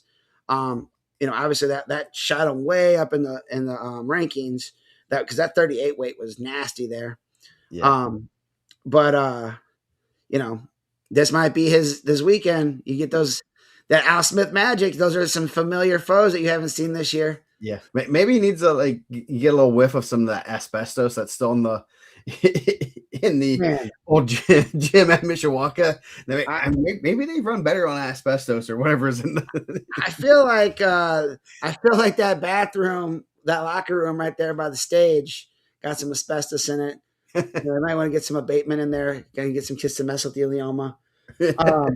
But man, also that's gonna be a really good match. Hartman and Baldwin. Baldwin's tough. Obviously, fan of the show. We really like those guys. But Farrow had a really good Al Smith, and he's had a really good career so far. Qualified for state 2 times. I would be surprised if he gets past that match if he doesn't get a medal this year. Like I would be. I think that'd be one that I would write down, depending on where they draw out. Obviously, Friday night matches are tough, but and obviously he's been there twice and he's found out Friday night matches are tough. But he's had some really good wins. What did he end up third at Al Smith? With Donald Bowie and Angelo Vargo, Sonny Sessa. I think he had wins over all those guys. Obviously, Evan Stanley was the champ there. Yeah, he was third. His only losses to Sessa, 12-6. So had some good wins. He has a lot of wins on his resume this year.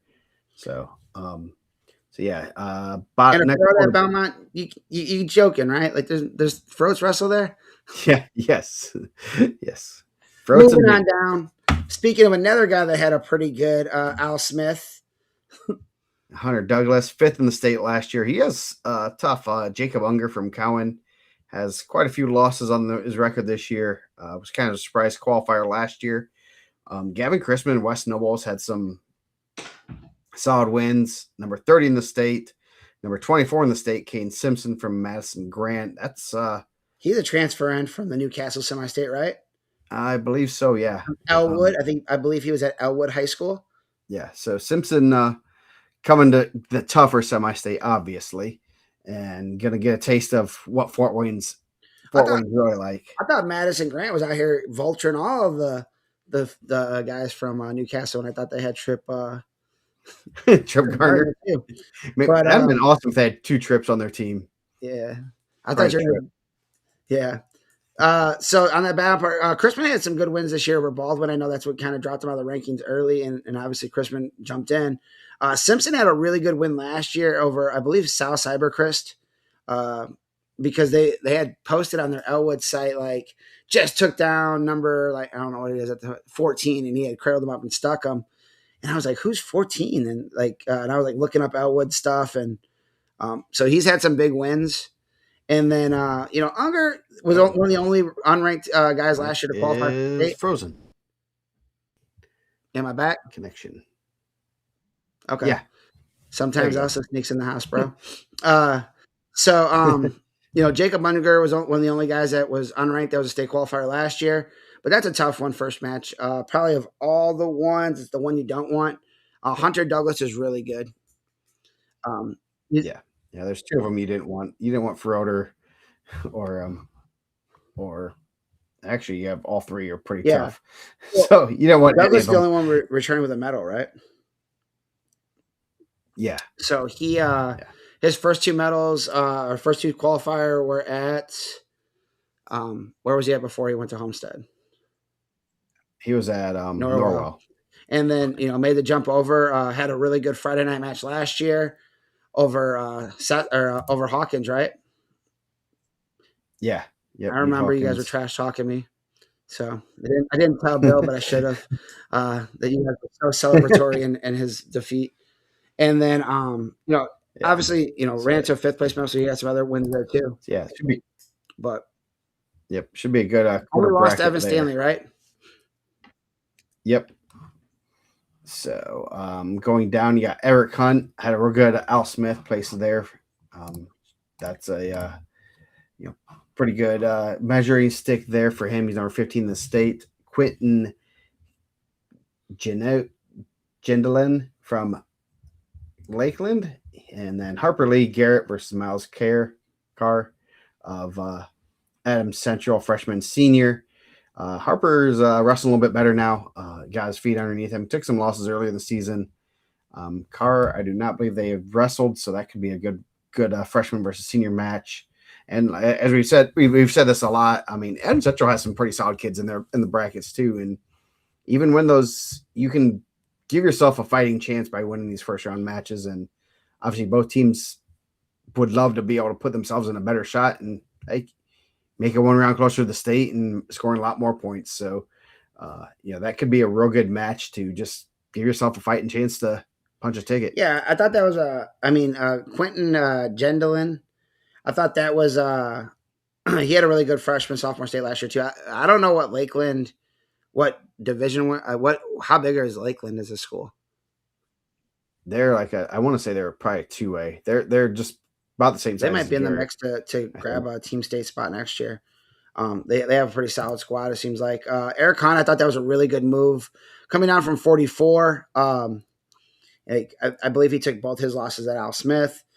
Really tough senior, obviously ranked 15th in the state.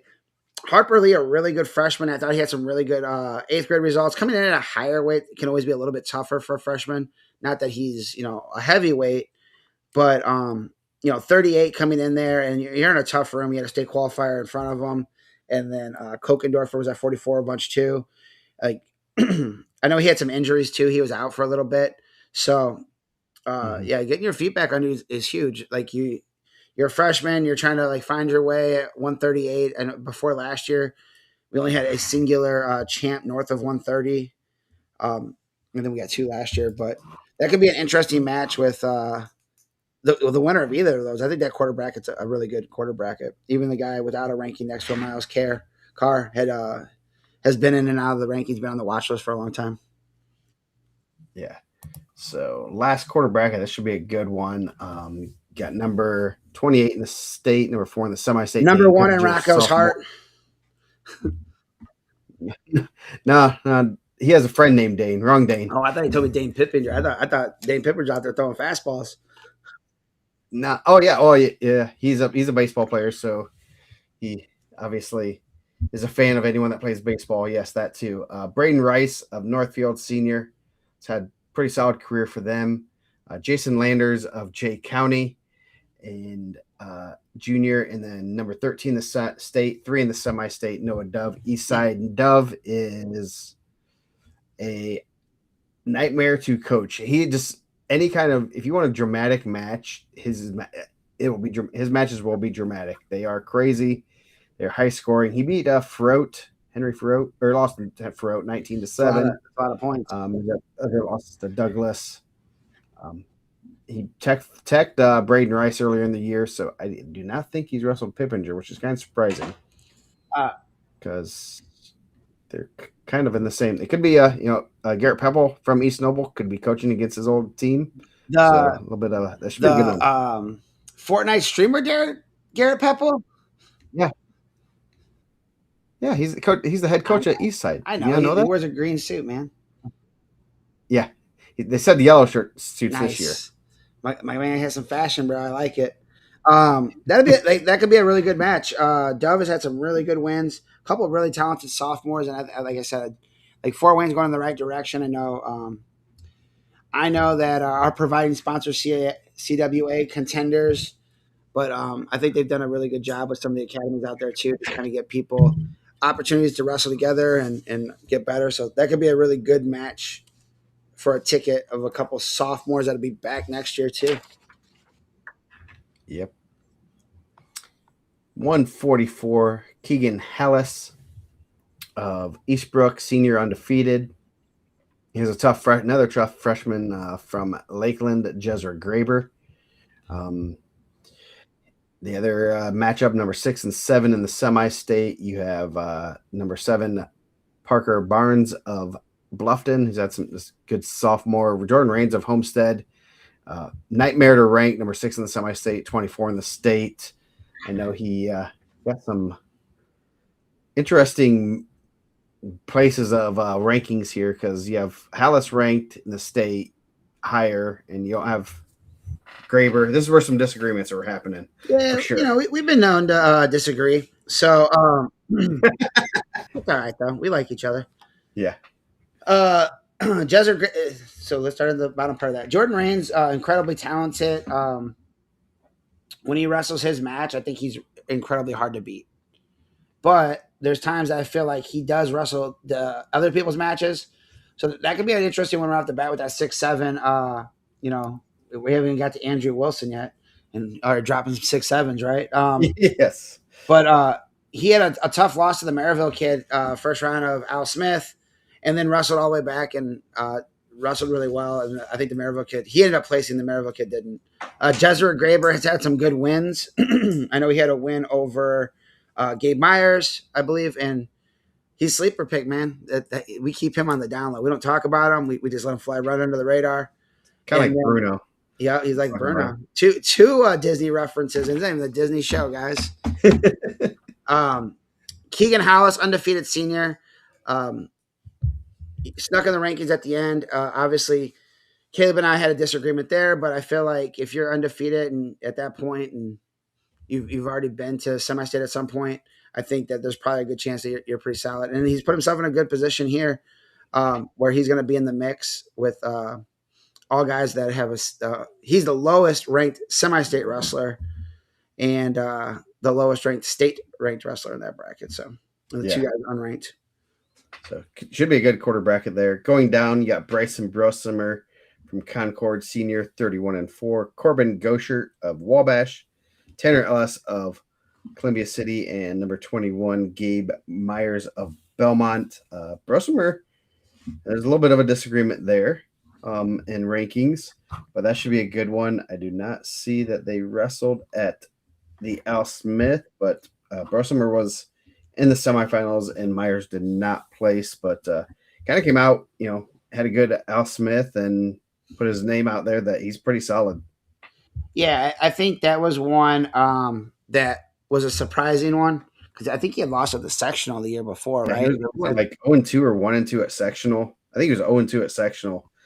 And he went to semi-state the year before because he had a profile. I'm like, what's going on? So asked our guy, Colin Kroom. I was like, what was up with him? Was he not like injured at sectional? He's like, yeah, he's coming off like a broken foot or something.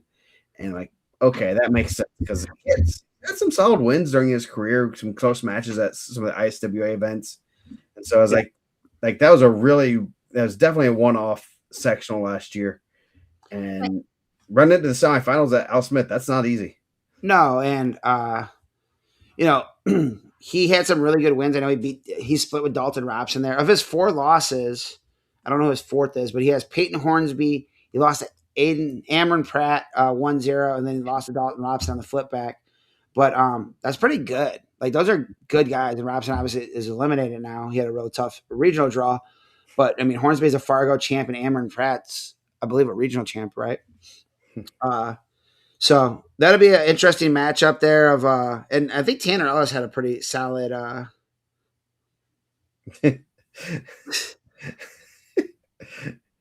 Nice. I think Tanner Ellis had a pretty good showing at the Al Smith also, but that'll be a tough one right off the bat. Columbia City, Belmont, or Columbia City's not Al Smith. I don't know what I'm thinking, but so Gabe Myers solid. That could be an interesting match right there for Bossamer, and if he pulls out, then Caleb can say, "Dang, you were right, and I was wrong." Yep, should be a good quarter bracket there. Going down, And if he's right and I'm wrong, I'm just not going to answer his call.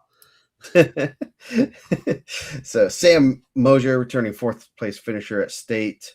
He has a tough Kane Carter from Eastside. Not the draw Eastside really wanted there, but you got a sophomore that doesn't have anything to lose there. Number 29, the state. His brother's not bad. I mean, Carter's going to be, he's going to be fueled up on the special sauce from Butler McDonald's, so you can never count him out. I mean, I have heard that's where Barry Bonds got some of his good stuff. Okay, the cream in the clear coming out of there. I'm gonna note it. Wyland Buck. So okay, that's who it was. I think that that was a loss. We were looking for the losses for him for Al Smith, and it's like that one's not a. That was an interesting loss, I guess. But Wyland. Speaking of you say his name 3 times. Wyland Buck of Northridge, senior versus Braid Arthur of Oak Hill. And so Mosier is in a good spot, but definitely a tough first round match. Yeah, Arthur. Obviously, a couple Arthurs that have gone to Oak Hill. They're pretty solid. He's had a good season, but Waylon Buck sounds like he's had some good wins also. That could be a really interesting one. King Carter's had some good wins this year. I know he's been in the rankings. I believe he beat Kokendorfer a couple times when he was still at 44. He beat Jesra Graber. So I think Mosier's tough though, man. Mosier's the real deal. Obviously, he's got a medal. He's a state semifinalist last year. He wrestles a very clean style. That's like if you're teaching kids, you want to win a lot of matches. Like watch a guy that holds position really well and scores. When he wants to attack, he scores, and when you attack, he scores. His 3 losses. I know he lost 2 at. He was at Carnahan also. Then he also lost to Fernandez at Team State. No, he lost to Joe Pawn and Fernandez at Team State. I don't know who his other loss was to. Braylon Reynolds. Braylon Reynolds, pretty tough, man. Not a bad loss. Not a bad loss. So 3 pretty good losses. Yeah. 3 guys that was state rankings, and he bumped up for 1. So. Yep. So bottom half bracket or quarter bracket going to be another good one. These 1s and 4s. Fort Wayne are almost better than some of the other ones. Malachi Tholner from New Haven, number 10 in the state, number 3 in the semi-state. Wyatt Mann from South Adams, number 2 in the semi-state, number 15 in the state. So another disagreement.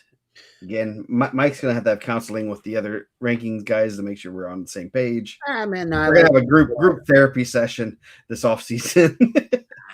I like that we have our own opinions of things. I do too. I love it. I mean, I say that jokingly, but you have 2 people that are kind of seeing things in a little bit different manner, and it's also statewide versus semi-statewide is a little bit different because you're at semi-state, you're not taking into account a lot more of the out of the semi-state matches as much as you are the semi-state itself. Yeah, a little bit. I was a little bit surprised to see Wyatt Mann take 4th at his regional. I thought coming down from 50, that was a really good move for him. And he had been wrestling really well. Obviously, he had a lot of really good wins. I mean, in my prediction, when I'm looking at it, Malachi Tholner had a loss to Ryan Kokendorfer by fall, and he has a loss to Jordan Reigns. Where Wyatt Mann has a couple wins over Ryan Kokendorfer. Yeah, at least one win over Ryan Kokendorfer. But then you have he lost to Dylan Ugg, who's up now, and then Ashton Goni, then what he's lost in the state series. So, um, not the time to have a bad day, And then you grab a guy that's really good in Malachi Tholner. So Yeah, that's going to be a good match. Like Tholner is a really tough. Who did Tholner lose to last year at the semi-state? he I think lost.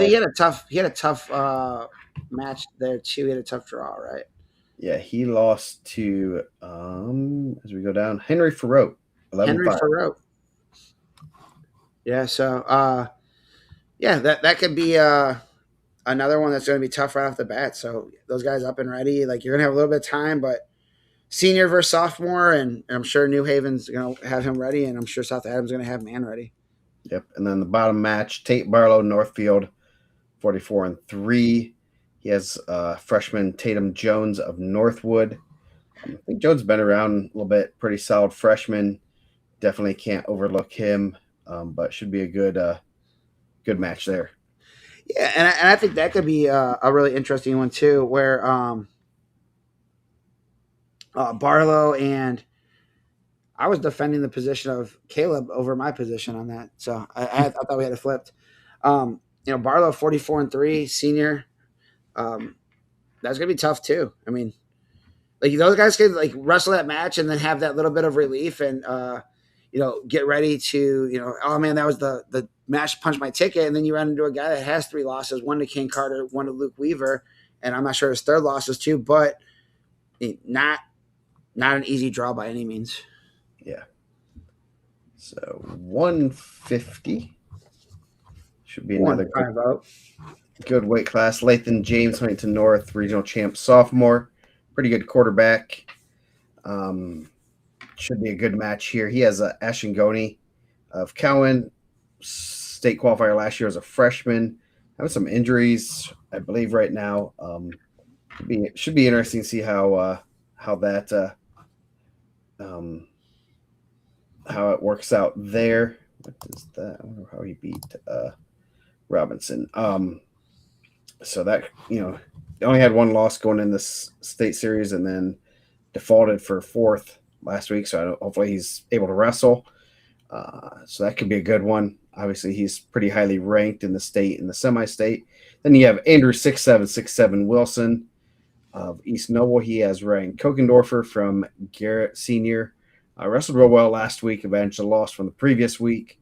So that should be a good one. The Garrett East Noble rivalry, DeKalb and Noble counties clashing. So that should be a pretty wide open quarter bracket. Kind of the rankings are kind of all over the place, but I mean, this is going to be a hard one to predict. Yeah, I know Lathan James came over from Carroll. I didn't see him in the Carroll lineup, so I thought maybe he just retired from wrestling. And then I seen that when he was at Huntington, I had seen that he was undefeated. I think it was before he took his first loss. So he had slipped in the rankings for a little bit, and then he's kind of fell out of it. Like still ranked in the semi-state. Ashton Goni, really really tough. Returning state qualifier.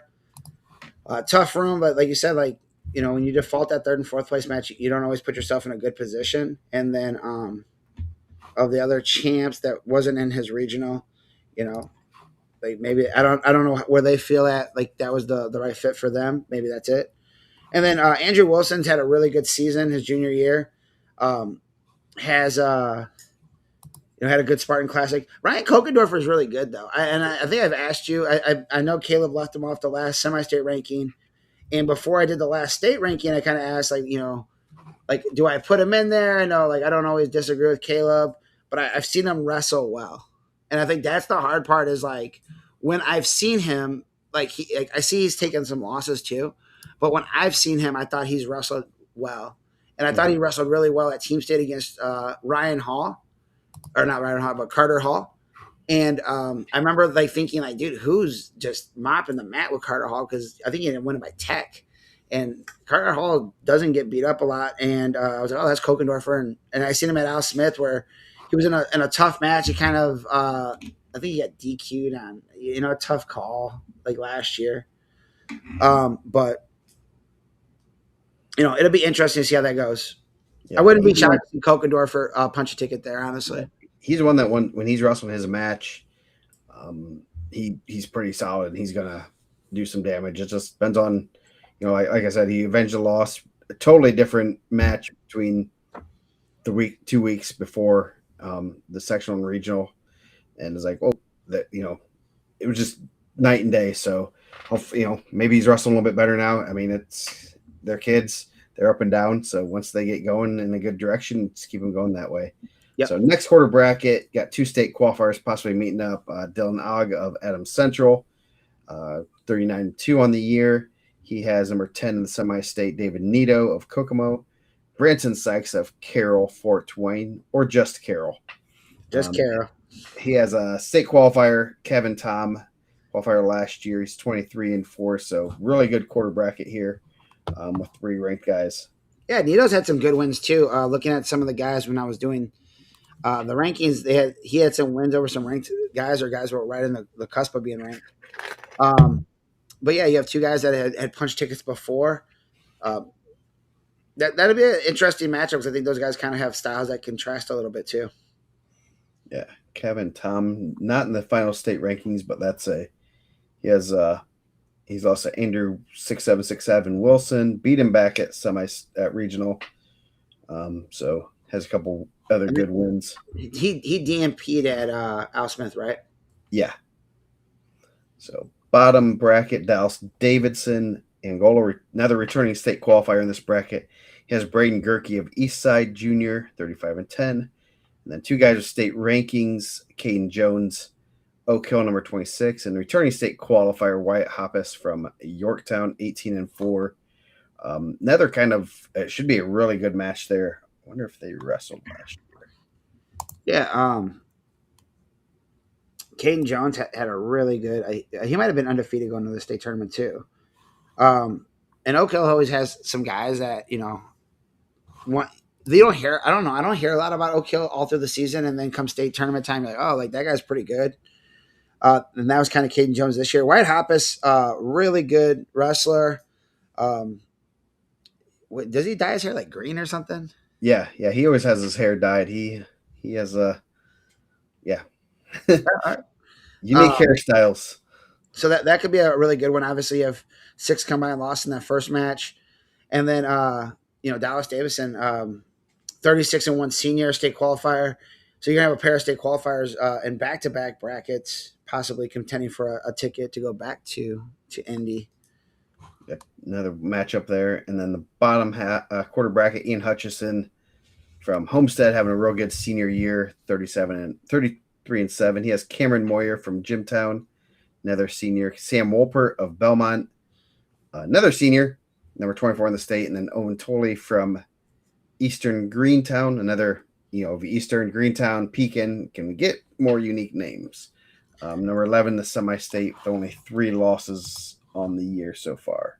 Yeah, Wolpert and Tolley will be a good match right off the bat. Wolpert's had some he kind of up and down also, right? Like he's had some good wins, he's had some interesting losses, but when he's wrestling well, he's tough to beat. I know he looks pretty good at Team State also. I believe he lost to Joe Pond there. I think Joe Pond, it was a really good match at Al Smith, and then I think that it was a little bit further at Team State.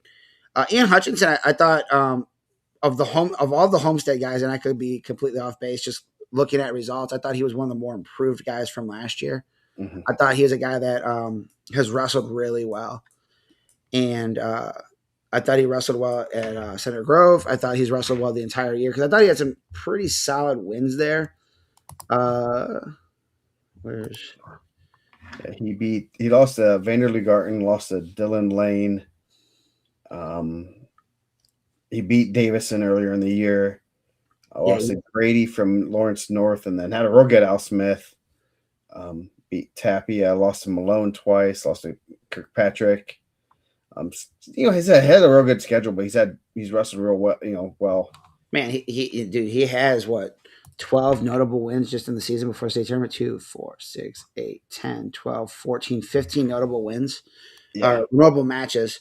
Yeah, that's pretty good. And he's wrestled some of the guys that are, your losses are still competing right now. I think that's always. I mean, that's always a thing that you don't want losses that are done at the regional or done at the sectional. So. Yep. 157. We even talk about this. Yeah, this is a tough one. This we can go back to the original conversation of, Guy Pierce got that tough draw from Oak Hill. Yeah. Yeah. Yeah, Gage Pierce. Yeah, Gage Pierce. Gonna wreck some shop this weekend. Or Elvis. I'm gonna pull for Elvis. Elvis Reyes. Well, they didn't do the champs used to get a bye when I was there. So good old days. That's back when, winning that third and fourth place match meant something. Yeah. Back in my day. Yeah. So Lincoln Carter, returning state third place finisher. He has Elvis. It will be in the building on Saturday. Reyes from Angola. I'm guessing they have wrestled a couple times. I'm just based on records, I'm going to go out on a fairly strong limb to say that Lincoln has won those. Gage Pierce, Oak Hill versus Maverick Dubois, returning 8th place finisher in the state last year from Adams Central. Obviously, we kind of knew this was a possibility. We did not want to look at the brackets to see that, and we did see that, unfortunately. So that's the way Fort Wayne does it. And if we move the champion or the second place guy down the other bracket, probably people won't be complaining as much other than the other guys in that place. Yeah. So yeah, that's gonna be a good one. They've wrestled a couple times at semi-state, and Carter has come out on top both times. So that should be. I think last year I don't think they wrestled last year, but the year before. Is Lincoln Carter the first number 1 ranked in the state wrestler we've talked about out of Fort Wayne? Yes. And you don't like Fort Wayne, remember? No, it's not that I don't like Fort Wayne. He's earned that. Like that's not a given thing. That's an earned. Obviously, he's returning third placer. Had a really good Super 32. Ended up injury defaulting out, but I thought he looked really good there. I think I thought he looked really good last year, and then watching him wrestle at Super 32, I think he even looked better. I haven't got to see a lot of Lincoln Carter matches this year, competing this season, and obviously next week if he qualifies, because anything could happen. But I'm excited to see where that falls. I think that 157. I'm excited for a possible. I hope they don't rob me of this. Maverick Dubois is going to come in and try to be spoiler, but I think the matchup I've been looking forward to out of the Fort Wayne semi-state is going to be a Jackson Bradley, Lincoln Carter possible final, and not to get ahead of ourselves. But Joe's right. Like there's always, I feel like, there's bad draws everywhere. Like that's the system. There's no rhyme or reason to it. I think if you had an independent entity of guys that are fans that don't have a lot of, skin in the game that could just, do an unbiased ranking, seeding the top 8 guys, the 1 and 2s of every regional, I think we could make this a lot more evened out, semi-state bracket, and this wouldn't happen like it does every year. But until that happens, which, I'm guessing if I had to put my money on it would be never, these guys get to go up and get pumped, and, Maverick Dubois can, shock the world and knock the first number 1 out of the bracket, or Lincoln Carter could defend that number 1. And, that's not looking past Gage Pierce of Oak Hill, who's had a good season, 22-15, and Elvis Reyes. So, yeah. But, yeah, tough draw there, man. Like, if you got a medal, and I think Dubois was at a different weight at some point, right? Dude, I don't know what happens at Adams Central's room. I don't know. But you have to understand that there's a possibility of that. I don't know how it shakes out at the other weights.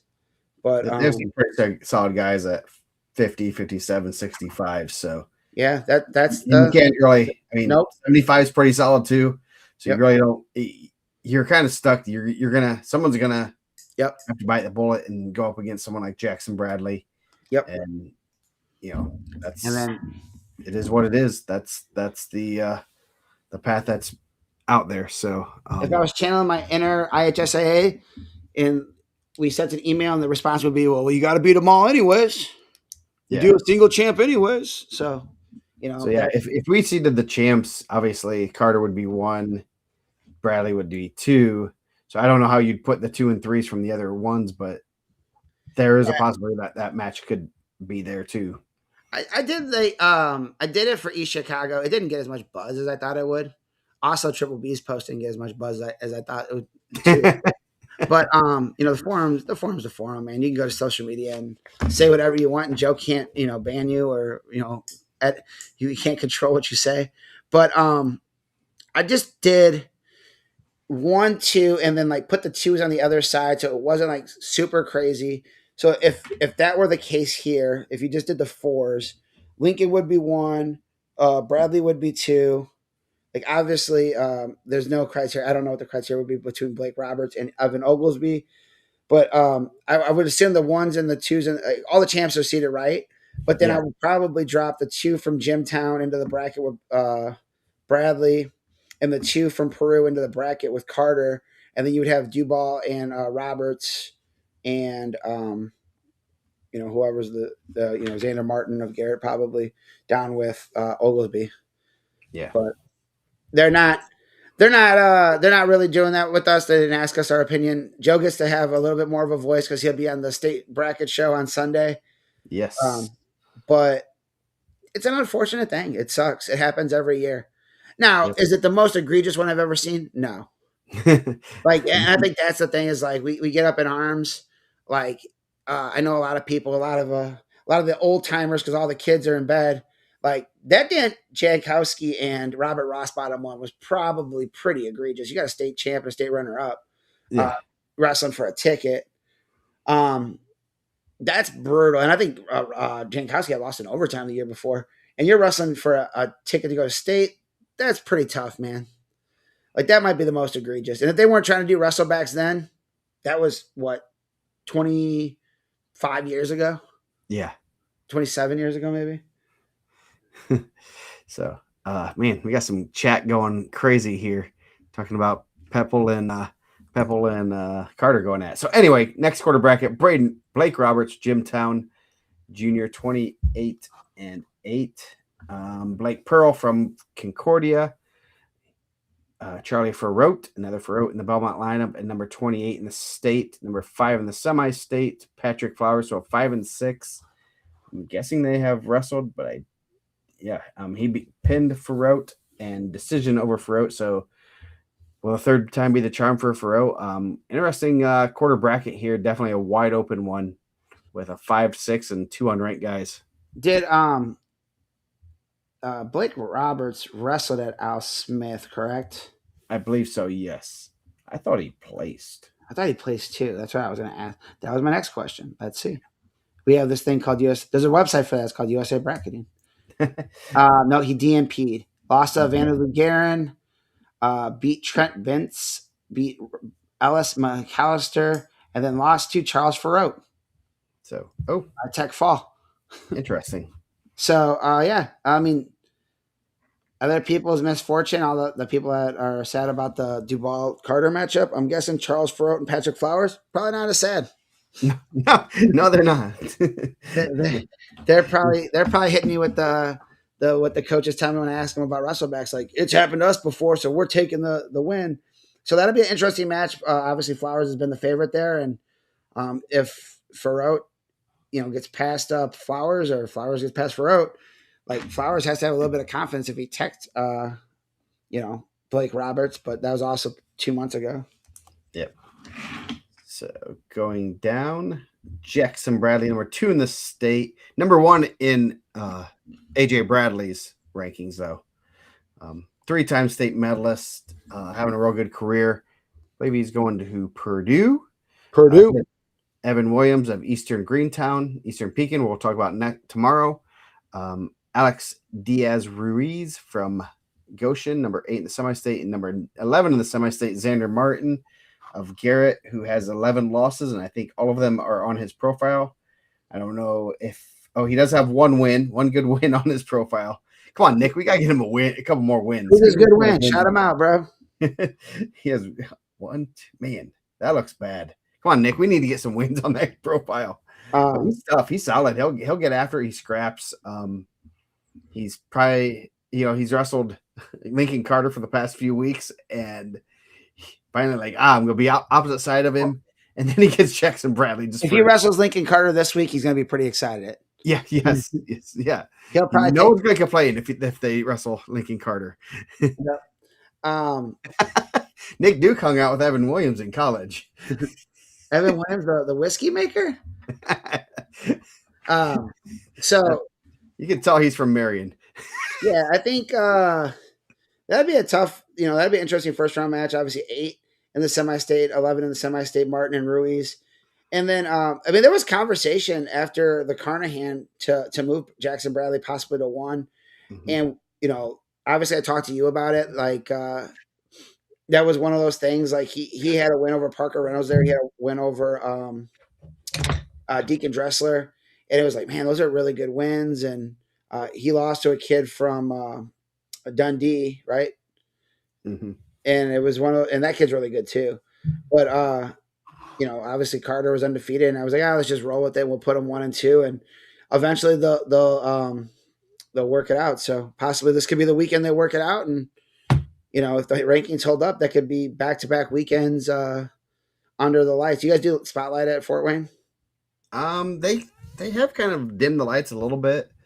Not totally a spotlight, but they could if they wanted to, but there's only one spotlight. Let's be honest. Yeah. Well, I mean, all others are imitations. I've seen a couple of regionals with some spotlights, so just asking. It's like getting the Fruit O's instead of Fruit Loops. Oh man, come on, bro. What you're telling me? You guys got to be in the bargain. The regional championship's the bargain shopping. You get the Aldi's brand. All right. Hey, shout out to Aldi's though. They're trying to make that a better dietary restrictions for everybody. So yeah. So bottom quarter bracket: Evan Oglesby, Mechaniqua, number 19, the semi-state. He has Elijah Loshi of South Adams, number 10 in the semi-state. Number 30 in the state, Zayland Zaire of Leo, and Farouk Gafar of Northwood. Farouk's sister is a pretty good wrestler. She is. That might be a good match there. So should be interesting to see that quarter bracket. Oglesby only 1 loss to Bryson Shurgeon. Branson Shorten, yeah. Branson.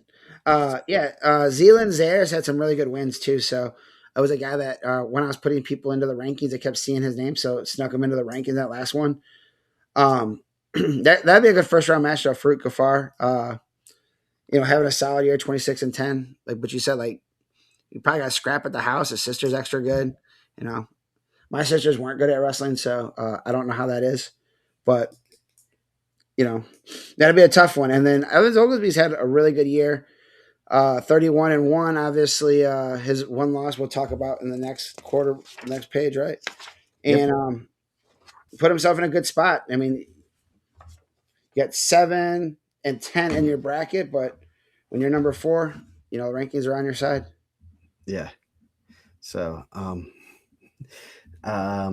going down this is 165, right? Yeah. Riley Biddle from East Noble, I believe he is going to play football at St. Francis, if I'm not mistaken. I saw that signing. He's also a player, right? Yeah. His only loss is to Clayton Fielden, one of the first matches of the year. Fielden's not bad. Pretty good.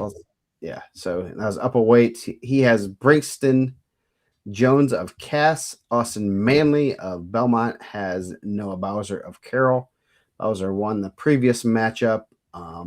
Should be a good match. I believe Biddle beat Bowser by major decision earlier in the year. So a lot of guys with common matches. So that could be good or bad. I mean, you've had your hands on him. You can make the adjustments, and also could be some false confidence that you can beat him again. But that's why we wrestle him again. Is Cass also Lewis Cass? Yes. They used to come out of East Chicago too. Yeah. Clayton, Carter, whatever. They're all the same, Nick. Yeah. And I bet Clayton would beat Riley too. I'll just say that. I'm sorry. Sorry, bro. Clayton's still in pretty decent shape. Riley, you go show up, bro. You do your work, man. Don't let him put you down like that. I might pick Riley over Luke Fielden. Maybe Melissa too. No, Melissa's probably the toughest one. Noah Bowser's had a good season. I know he was a guy that had a really good win at Tom Cameron over Carter Hegis of Harrison of West Lafayette, not of Evansville. And it was a guy that I think he only has 2 losses, so one of them was Bowser early on. But yeah, Bitto's tough, man. He's had a really good year. I'm guessing he's a pretty good athlete if he's a good quarterback. Maybe he just slings that thing. I don't know. So, yeah, we're just gonna Bill's gonna wrestle the whole field and family.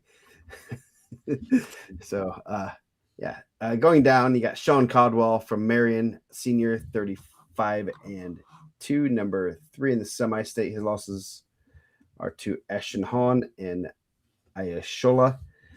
He has Eli Schwab from DeKalb, first round, and then Jackson Ensley from Garrett, unranked, and then number 11 in the semi-state, Nathan Plattner from South Adams. So Caldwell in a good spot to qualify the Giants for for state. Another Giant, right? Yeah, because they have a couple. But yeah, he's had a really good year. He's been a guy that's climbed the rankings. I think he started. I don't believe he was in the preseason rankings. Kind of climbed as it went on.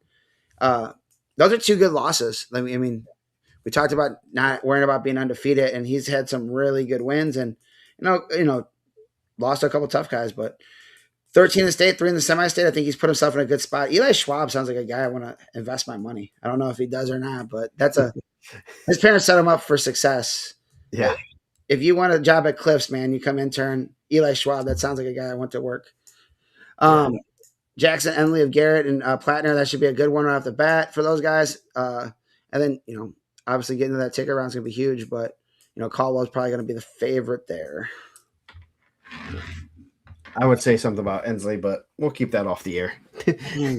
his aunt was a girlfriend of mine in 6th grade. Dang. Back it's been downhill since then. That's what you're saying?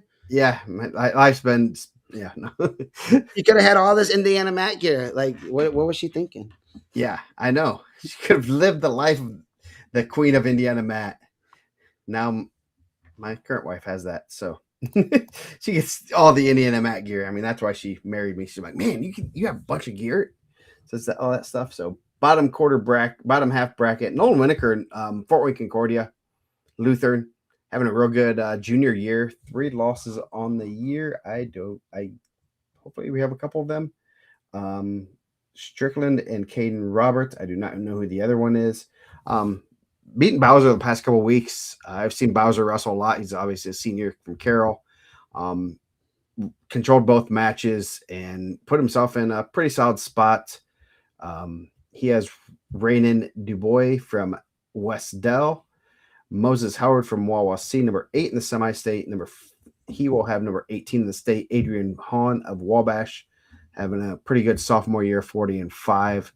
So that's pretty good quarter bracket. Winokur wrestling real well. I was very impressed with him the past couple of weeks.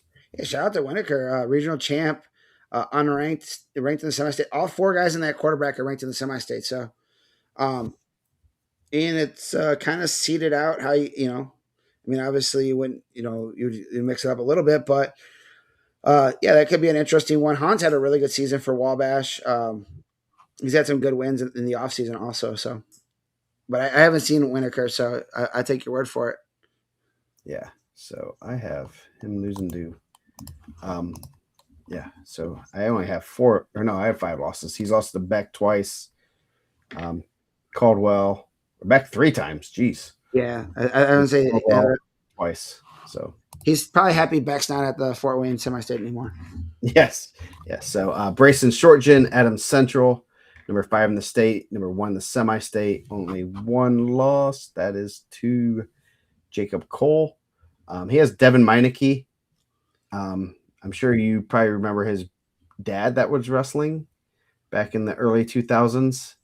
He Kyle Meineke was very fun to watch. He likes to throw people, right? Yeah, he almost put he's the one. He was in I think he was a 3rd or 4th place finisher at state, and I really wanted to see him wrestle Angel because he was in the same weight as Angel, and I was like, he's going to try everything. He'll throw everything kitchen sink everything at you. So I was like, hey, if it, he's gonna go down, he's gonna go down trying something, and he I think he ended up losing to Jimtown kid Perky, I believe, if I'm not mistaken. So Perky was he's in there Whites?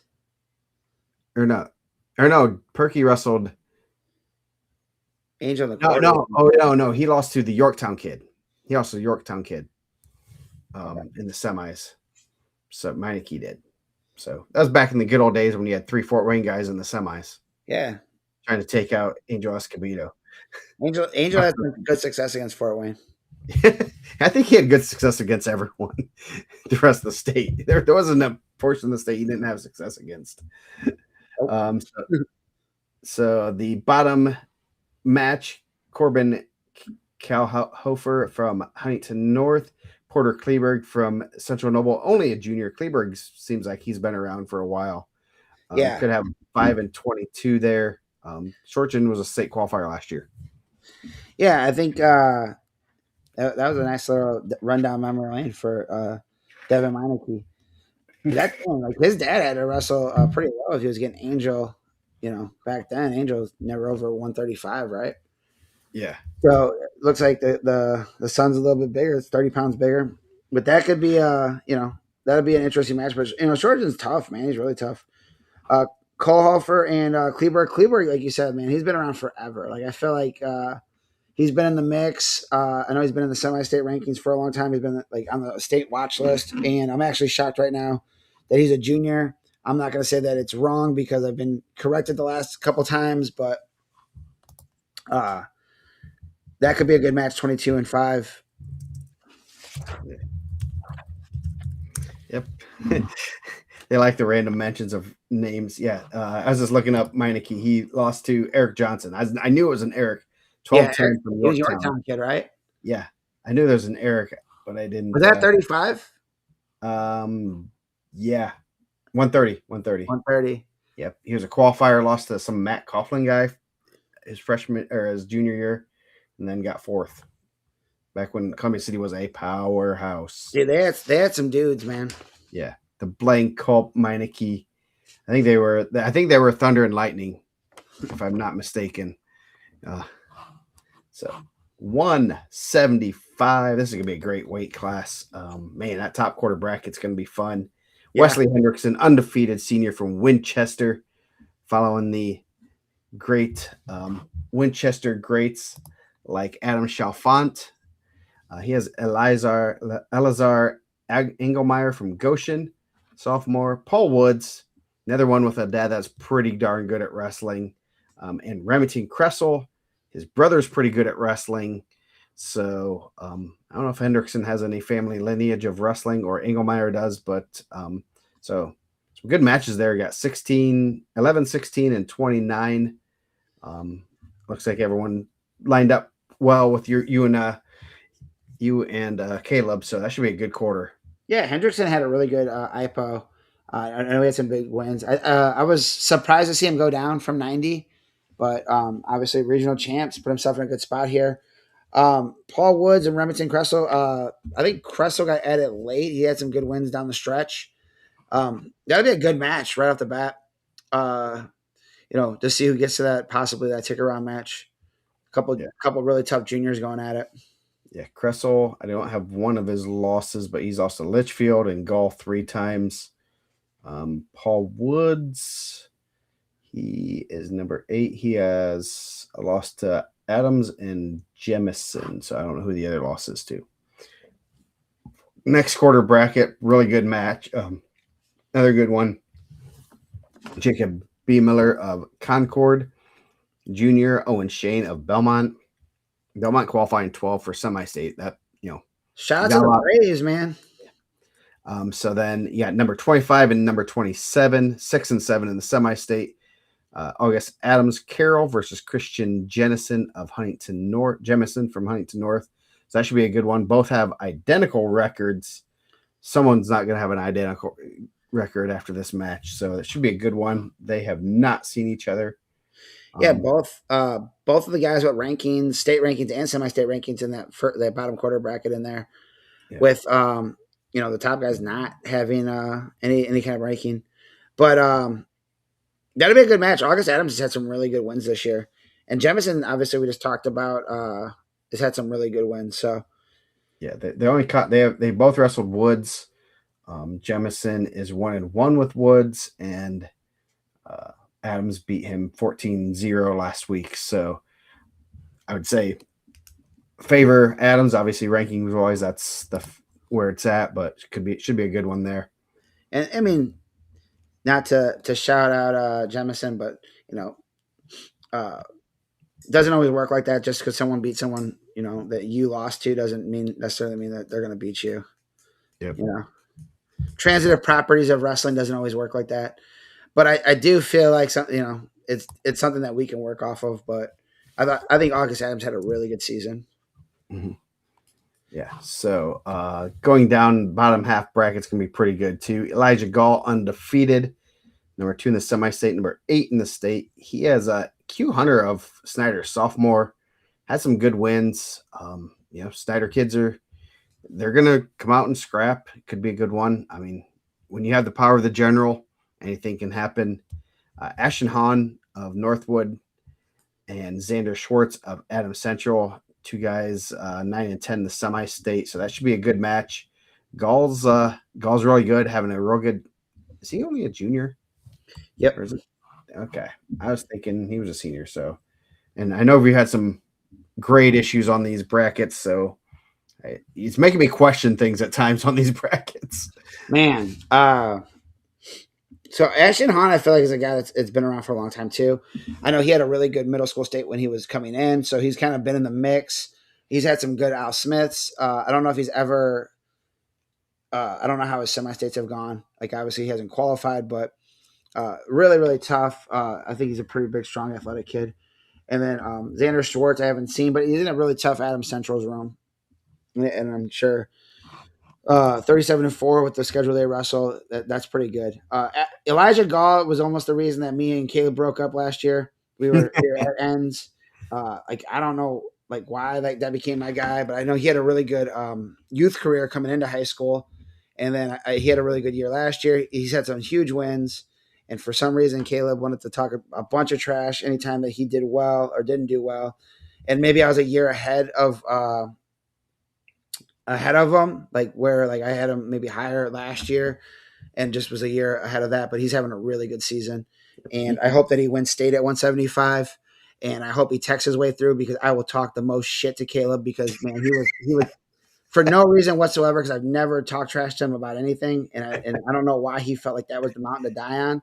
But dude, I just felt like that was one of those things so Elijah Gall by default is my guy, and I'm going to pull from him in every single match. So You're the conductor of the Elijah Gall hype train. Yeah, I was telling someone this the other day. I was telling Travis this. I feel like sometimes I catch some strays. I don't even feel like I go in there and talk good trash. I'm not even trash talking you guys, and I feel like I catch strays for no reason. It's because we've taken the beatings from the region for so long.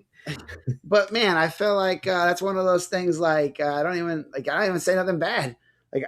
I need to step my trash talk game up, because dude, I can be ruthless. You drinking some chocolate milk there? I don't drink milk. This is Milo's tea, man. This should be the providing sponsor of the show. This is my favorite. So that's gonna be a good quarter bracket. Gall's having a real good year, and obviously in a good position to punch his ticket for Northfield. Bottom quarter, Carter Fielden, number 1 in the semi-state, 4th in the state, had state medal as a freshman, qualifiers 2 years ago. He has a tough Grant Howard from Madison. Grant's had some good wins. That's not going to be a rollover match for him. Obviously, he's wrestled some of the better kids in this bracket multiple times. So that's not exactly the best draw. Proves pretty solid at this weight class. Brian Fields, Jay County versus Brody Young and Wawasee, both unranked juniors. Howard's a big move guy too, right? He's got some big moves in his arsenal. That could be a fun match. Caleb's gonna talk about catching strays, but I don't know if that's a good thing or a bad thing. We need to talk about stray cats. I don't even trash talk that guy. So 190. Starting out with Jax Litchfield, Heritage. He does have a capital in his first name. We'll fix that. Um, he has, I'll put that on my notes of things to update. He has Brady Bannister from Blackford, 7-15 record. Litchfield only has one Field, loss. Shane Hollingsworth said Field wins it all. The state? I mean, I think 75 is wide open. That could be a good. Yeah. Oh yeah, that's gonna be a fun weight class even starting here at semi-state and pretty much every semi-state. So Bannister 7-15. You got Dylan Underwood number 29 in the state versus Austin King from Northwood, who's number 9 in the semi-state, 8-9 in the semi-state. So that should be a good one. King's another good one from North. Had some good placed twice at the Al Smith, so he's no slouch. Should be an interesting quarter bracket. Shout out to Brady Bannister. I mean, tough draw. Qualifying for the semi-state at 7-15 for Blackford. Everyone's 0-0 when they started off, man. Don't let that record get in your way. Don't worry about all that. Just go out there and wrestle. But you don't get to see a lot of 7-15s in the semi-state bracket. So congratulations, putting it together at the right time. Jackson Litchfield's a guy that had a really good summer. He took a loss to Wesley Somerset early on. I know he's avenged that loss. He's really tough. He got 40 matches. I thought there was some weigh-in point issues, but that's not even that many matches. I thought he was going to be 50-0. Yeah. So, that should be a good one. He wrestled real good sophomore. Yeah. So, going down, you got Xavier Palacios, only 2 losses from Belmont, 8th in the state last year. He lost to Dalton Pledger and Kyle Harden. So that should be a good match. He has Jaden Cochran of Carroll. Not a good match for Cochran there, but then he's Cochran's 7 in the semi-state. Blake Ralston, unranked versus unranked Jared Prickett of Oak Hill. So the Oak Hill Wawa C match there. Palacios is a heavy favorite to punch his ticket. He looked real good at Al Smith. Yeah, Palacios is really good. I know they always say X. He's kind of their guy. I know he beat Sanat when they bumped him up in the duel. I think they sent Izzy out there to save points.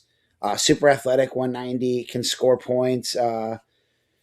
He's good, man. He's really good. That's a tough draw for Cochran. And then obviously you have 2 guys without rankings next to their name. Doesn't mean they can't punch their ticket, but I believe he's the only state placer in that bracket for you guys. He is. Yep. And when you get your draw, it's probably not. You don't want a guy that's a returning state placer that has single under 5 losses.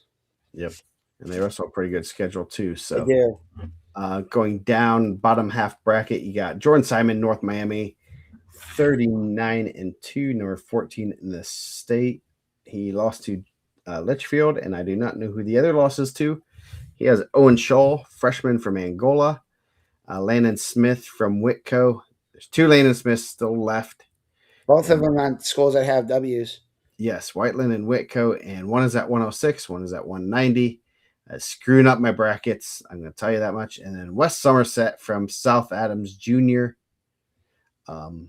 number 19 in the state. So that should be a good one. I do not believe they have wrestled. So I don't think they saw each other at team state. So should be a good, really interesting match there. Somerset's a big move guy, real good athlete. Yep. Simon's obviously probably a good athlete. North Miami has a good program. They're going to be kind of in that mix to win a team, semi-state title, and this is a match that they're going to need. Yeah, Somerset's had some really good wins. He had a win over Litchfield early on. He's taken a couple losses here or there. Landon Smith also spells his name the same way as the other Landon Smith, so also confusing. Yes. Yeah, that's screwing up all my links of on my spreadsheet because I link it by their first name, so then I had to change everything to add their school name.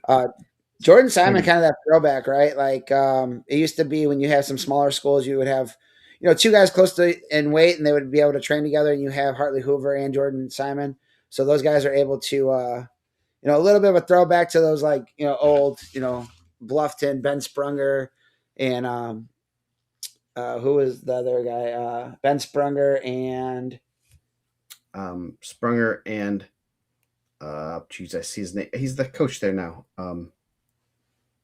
Geez, Ben and Persley. No, yeah, not Persley. Randy Presley. Yeah, Randy Persley and Sprunger. Some smaller schools where you're going to have good training partners, and North Miami has that. They have some spots where they have some guys that are really good that probably get to wrestle a lot. Maybe they don't wrestle at all in the room, but I would assume that Simon wrestles Hartley a lot, and I'm assuming that McIntyre and Rex Moore probably wrestle a good amount too. Mm-hmm. So bottom quarter bracket: Brogan Parks, West Noble sophomore, 33-4. Interesting, Matt. He's lost twice to Joe Richmond, who's in the bottom of that, and then lost to Litchfield and Simon. Both all close matches. So all decisions 5-0 and 3-1 to Richmond, 4-1 to Simon, 4-0 to Litchfield. So he's pretty solid. Beat a good, he pinned Austin King. That's not he's a solid wrestler. So he has Fabian Zamudio Gibson from Eastbrook. Max Nussbaum of Adams Central will have Joe Richmond of Eastside. Eastside looking to maybe get a couple qualifiers here. Should be a good quarter bracket. Obviously Richmond's had some close matches with Parks, so a little bit of confidence, but also knowing that it's going to be a grinder. It's going to be a good match there. So will be interesting to see how that goes. The Fort Wayne expert says Palacio the clear favorite here, but otherwise this weight feels wide open and one of the weights to watch on Saturday. I agree. I think there's all these quarter brackets, other than the one with Palacios. Yeah, I think even Latchfield. I guess this bottom half is going to be. This is going to be your pick'ems, buster, breaker, or whatever. I don't know. I think Eastside's done a really good job. They have some really good kids. Joe Richmond's having a really good year. Obviously, 40-4. They wrestle a pretty good schedule. But Brogan Parks, 33-4 sophomore. He's going to be in the mix for the next couple of years. Yeah, yep. Him and Richmond are going to wrestle a little bit more, most likely. Should be interesting to see how this shakes out. So 215. So there's a lot of young guys here, especially out of the Fort Wayne portion, which is good for us. Johnny Bear, he's getting as big as a bear. Homestead, real good wrestler, real good sophomore. Taking some good he's taking some losses, but they've wrestled a good schedule and wrestling well at the right time here. Here, I'll give you guys a hot take, and I'm sure all my East Chicago guys are done. If EC draws Fort Wayne Friday night, you guys might shut them out at 215. At 190, no, 190. Okay. Stop. Oh, geez, pump the brakes. We're not. I didn't even. I was just trying to figure out that'd be a real hot take. Yeah. I would take the field against. I would take Caesar against the field right now. Yeah, but yes, yeah, I was like, that's why I was like 215. What? Now, is it gonna happen? I don't know how they work out, but 190 is, I think, stronger at Fort Wayne than it is at East Chicago. Yeah. Should be, could be. I think 215 there is pretty, or 190 is pretty solid. I like some of our 215s. I don't think they're going to shut out any semi-states, but I think we could have a couple placers. We have some guys that are kind of sneaky under the radar. But they could shut out. I think that's one of the more, I'm not going to say like worst weights at Evansville, because my boy Thacker's there, and he's the pork chop making king of Evansville. And I like pork chops, but like, if you draw like Evansville, possibly. Yeah. But like I said, I wouldn't. I would say that I would still take East Chicago's 215s. Yeah, I would too. Over there. I'd at least take one of them. At least one of them for sure. I would, unless something crazy happens. So yeah. So back to Fort Wayne. Johnny Bear, Homestead, having a real good year. Wrestling well at the right time. He has Eric Krugstye. Bear Avenged lost to Aiden Hunt at regional. Lost to him earlier this year at Al Smith, I believe. Yeah. Lost by Tech Mall 15-0. So he's came back and won. Jake Boots, Bluffton against Taden Getz of East Noble. Getz, I was told earlier in the year, he gave Aiden Hunt from Garrett a pretty solid match. Solid junior for East Noble. Definitely don't want to overlook him, so that could be a good match. I do not believe East Noble and Homestead wrestled. If they did, those two did not meet up, so it could be a 5 and 7-10. So Bear putting himself in a pretty good spot by winning sectional. I think he's got better as the years gone on too. I think he took some of those losses early in the year at the Center Grove thing. I know he called it the Curry Clash. I don't know if it has a real name. Yeah, he lost to Jackson there. He lost to Flores. He has lost to Colin Wetzel, Landon Reynolds of Penn, Derek Morrison, and then Aiden Hunt. But I thought like past at Al Smith, he started churning a little bit, and it looks like he's really wrestling well right now, which is the most important thing. So you're right, he put himself in a good spot. I haven't seen enough of Jake Boots of Bluffton. Speaking of Bluffton and old Bluffton throwbacks. And Yeah. then East Noble's Taden Getz. I haven't seen enough of him either. But like Aiden Hunt's tough. Yeah. So if he had a good match with him early on, that speaks to how tough he is too. Yep. Next quarter bracket, you got Hartley Hoover, North Miami, returning state qualifier, 40-0. He has Jaden Berry of Carroll. Berry's a pretty impressive athlete. He could, I mean, if you're overlooking someone like him, that's not a good thing. Hoover's wrestling real well, though. The bottom match will be Austin Abbott of Prairie Heights and Ethan Funk of Adams Central. It will throw back, speaking of throwback, of two pretty solid 1A programs, and I do not believe they have wrestled. So could be a good match right there. 6-11 in the semi-state. Yeah, tough spot though. I mean, Hartley Hoover's good. He had a really good Friday night match last year with Austin Austin Reading of Crown Point. But looking to make it back undefeated, one of the three undefeated wrestlers from North Miami. I know we're getting to the end of this, and I know we have not as much North Miami love in the group chat as we have some of the other programs that are be competing for the team title. But I mean, that'd be kind of cool. I mean, North Miami did give us a hard time. I say us as a representative. They gave Dane a hard time, but like we take all the arrows for Dane too, of not giving them enough respect in the seating and stuff. But they go out and win the semi-state because they have some pretty strong individuals. That'd be a nice a nice program win. Yeah, good feather in their cap.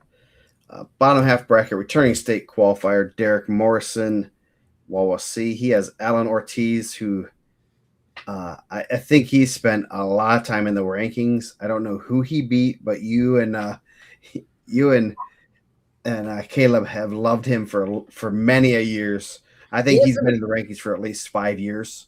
He's had some good. His sophomore year, he had a really good win over someone that was pretty good, and then it was a 215, and then he moved up to heavyweight, and like, he didn't take a lot of losses, so it wasn't like who did he beat as a sophomore? I thought he beat someone at the semi-state that was pretty good. Let me see. Those should still be in there. He beat some, yeah. He beat Caleb Evans. Yeah, so we like Caleb Evans. He was pretty tough. And so like last year he was able to, go up to heavyweight, and then like obviously Caleb Evans had a really good run, Yeah. and it kind of kept him around, and then he ended up taking some losses, and obviously I don't know how big he was if he's back at 215 now, but that's kind of what we're talking about there, like why he's been around in there. I thought I had him at heavyweight most of the year this year. I don't know if he's wrestled 215 the entire year.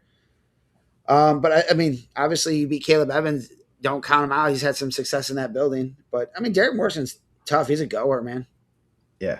So next match will be Caden Moyer, Huntington North, Chase Klein from New Haven, both unranked Northeast State rivals. I do not know who's won those matches previously, but Morrison obviously a favorite to make his second trip to state. He's pretty solid and well coached. Has a pretty good coach, Mr. Salazar, Jamie Salazar, D3 national runner-up heavyweight. So he knows how to get those big guys going. And I mean, could be he's second at Al Smith and sixth. So definitely in a good spot. He is in a good spot. yeah, like obviously being a regional champ, you know, sometimes a lot of times it works out if you're the regional champ and you put yourself in that position. So he's taking care of business as it's gone. Yep. And the bottom quarter bracket, Luke Powers, West Dell, looking to punch a ticket 26-2. He has Eddie Klein of Northridge. I know we got some stuff on him throughout the year. Had some solid wins, quite a few losses, but obviously good enough to make the semi-state rankings. Aiden Hunt from Garrett took losses the past couple weeks.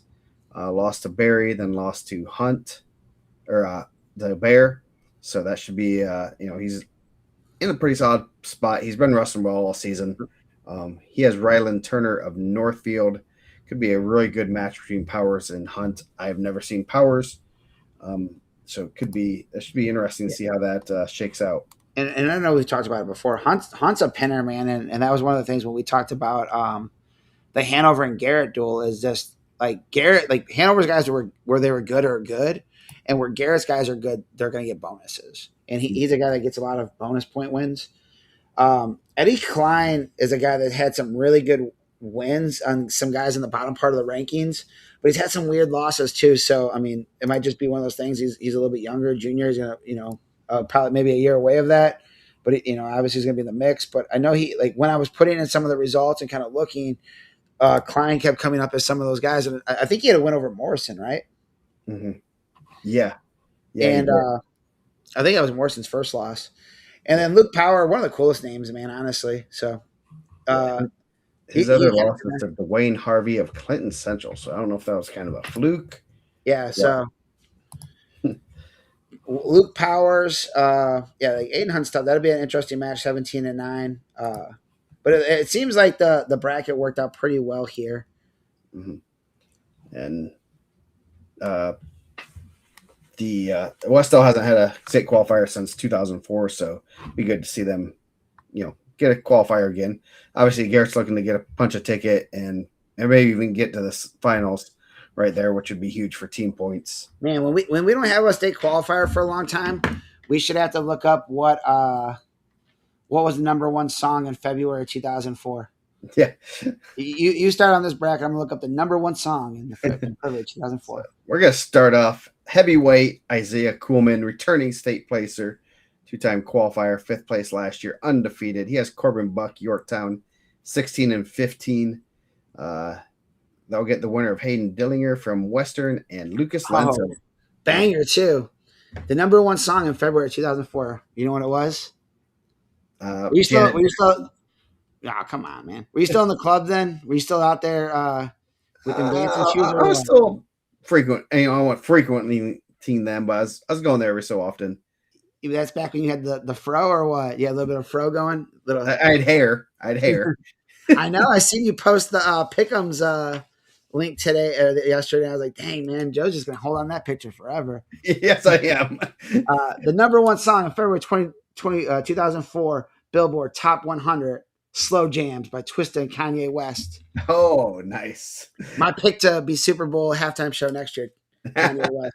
Nice. So Hayden Dillinger has number 6 in the semi-state, Lucas Lentz. Now, Lentz has had some good matches this year. So he had some good matches with Diesel. Not exactly where you want to be put. I am going to say that, he's lost to Kuhlman. He lost to Kuhlman 8-0, lost to Diesel 6-5 and 5-0, then lost to Sommer. So he's had some. Outcast too. Losses for him, and they only have 3. So my losses are better. Kuhlman's looking real good this year. I seen him last week and seen a couple other matches. He's big. He moves well. I'm excited to see him at state and seeing him this weekend. He wrestled Diesel and, kind of just in control the whole time. Diesel's not an easy one to wrestle. He's very strong. He's kind of goofy and funky. You got to stay in your good positions. You can't let him do his things to you. So just really controlled. So it should be very impressive with Kuhlman. He has a couple good guy up to wrestle with in Woods. Return state champion there. So that should be a good one. Yeah. obviously returning medalist, undefeated. He's big, man. Yeah, Like if he's not on the north end of 285, I'd be shocked. Fort Wade's good at heavyweight overall. I mean, heavyweight across the state's pretty good. yeah, I know someone had said earlier, Cam Hazlett to run it back, and obviously he's number one. But it's a deep weight. Like I think like there's not a like one. I was like, oh man, like that's a terrible semi-state. But bless yeah, you. Coleman's going to be in the mix for sure, and he's going to give guys problems because of his size, and that he is like sneaky athletic for how big he is. And one, I mean, heavyweight's also that a weight class where you make one mistake, you're done. I mean, it's not one takedown can decide a match pretty easily. You make, you get out of position one time, you're on your back, and it's pretty hard to get off your back or even make up those points if you do get off your back. So anything can happen there. So, and there's a lot of guys down that the state rankings there at heavyweight that could land on top at any time and shock the world.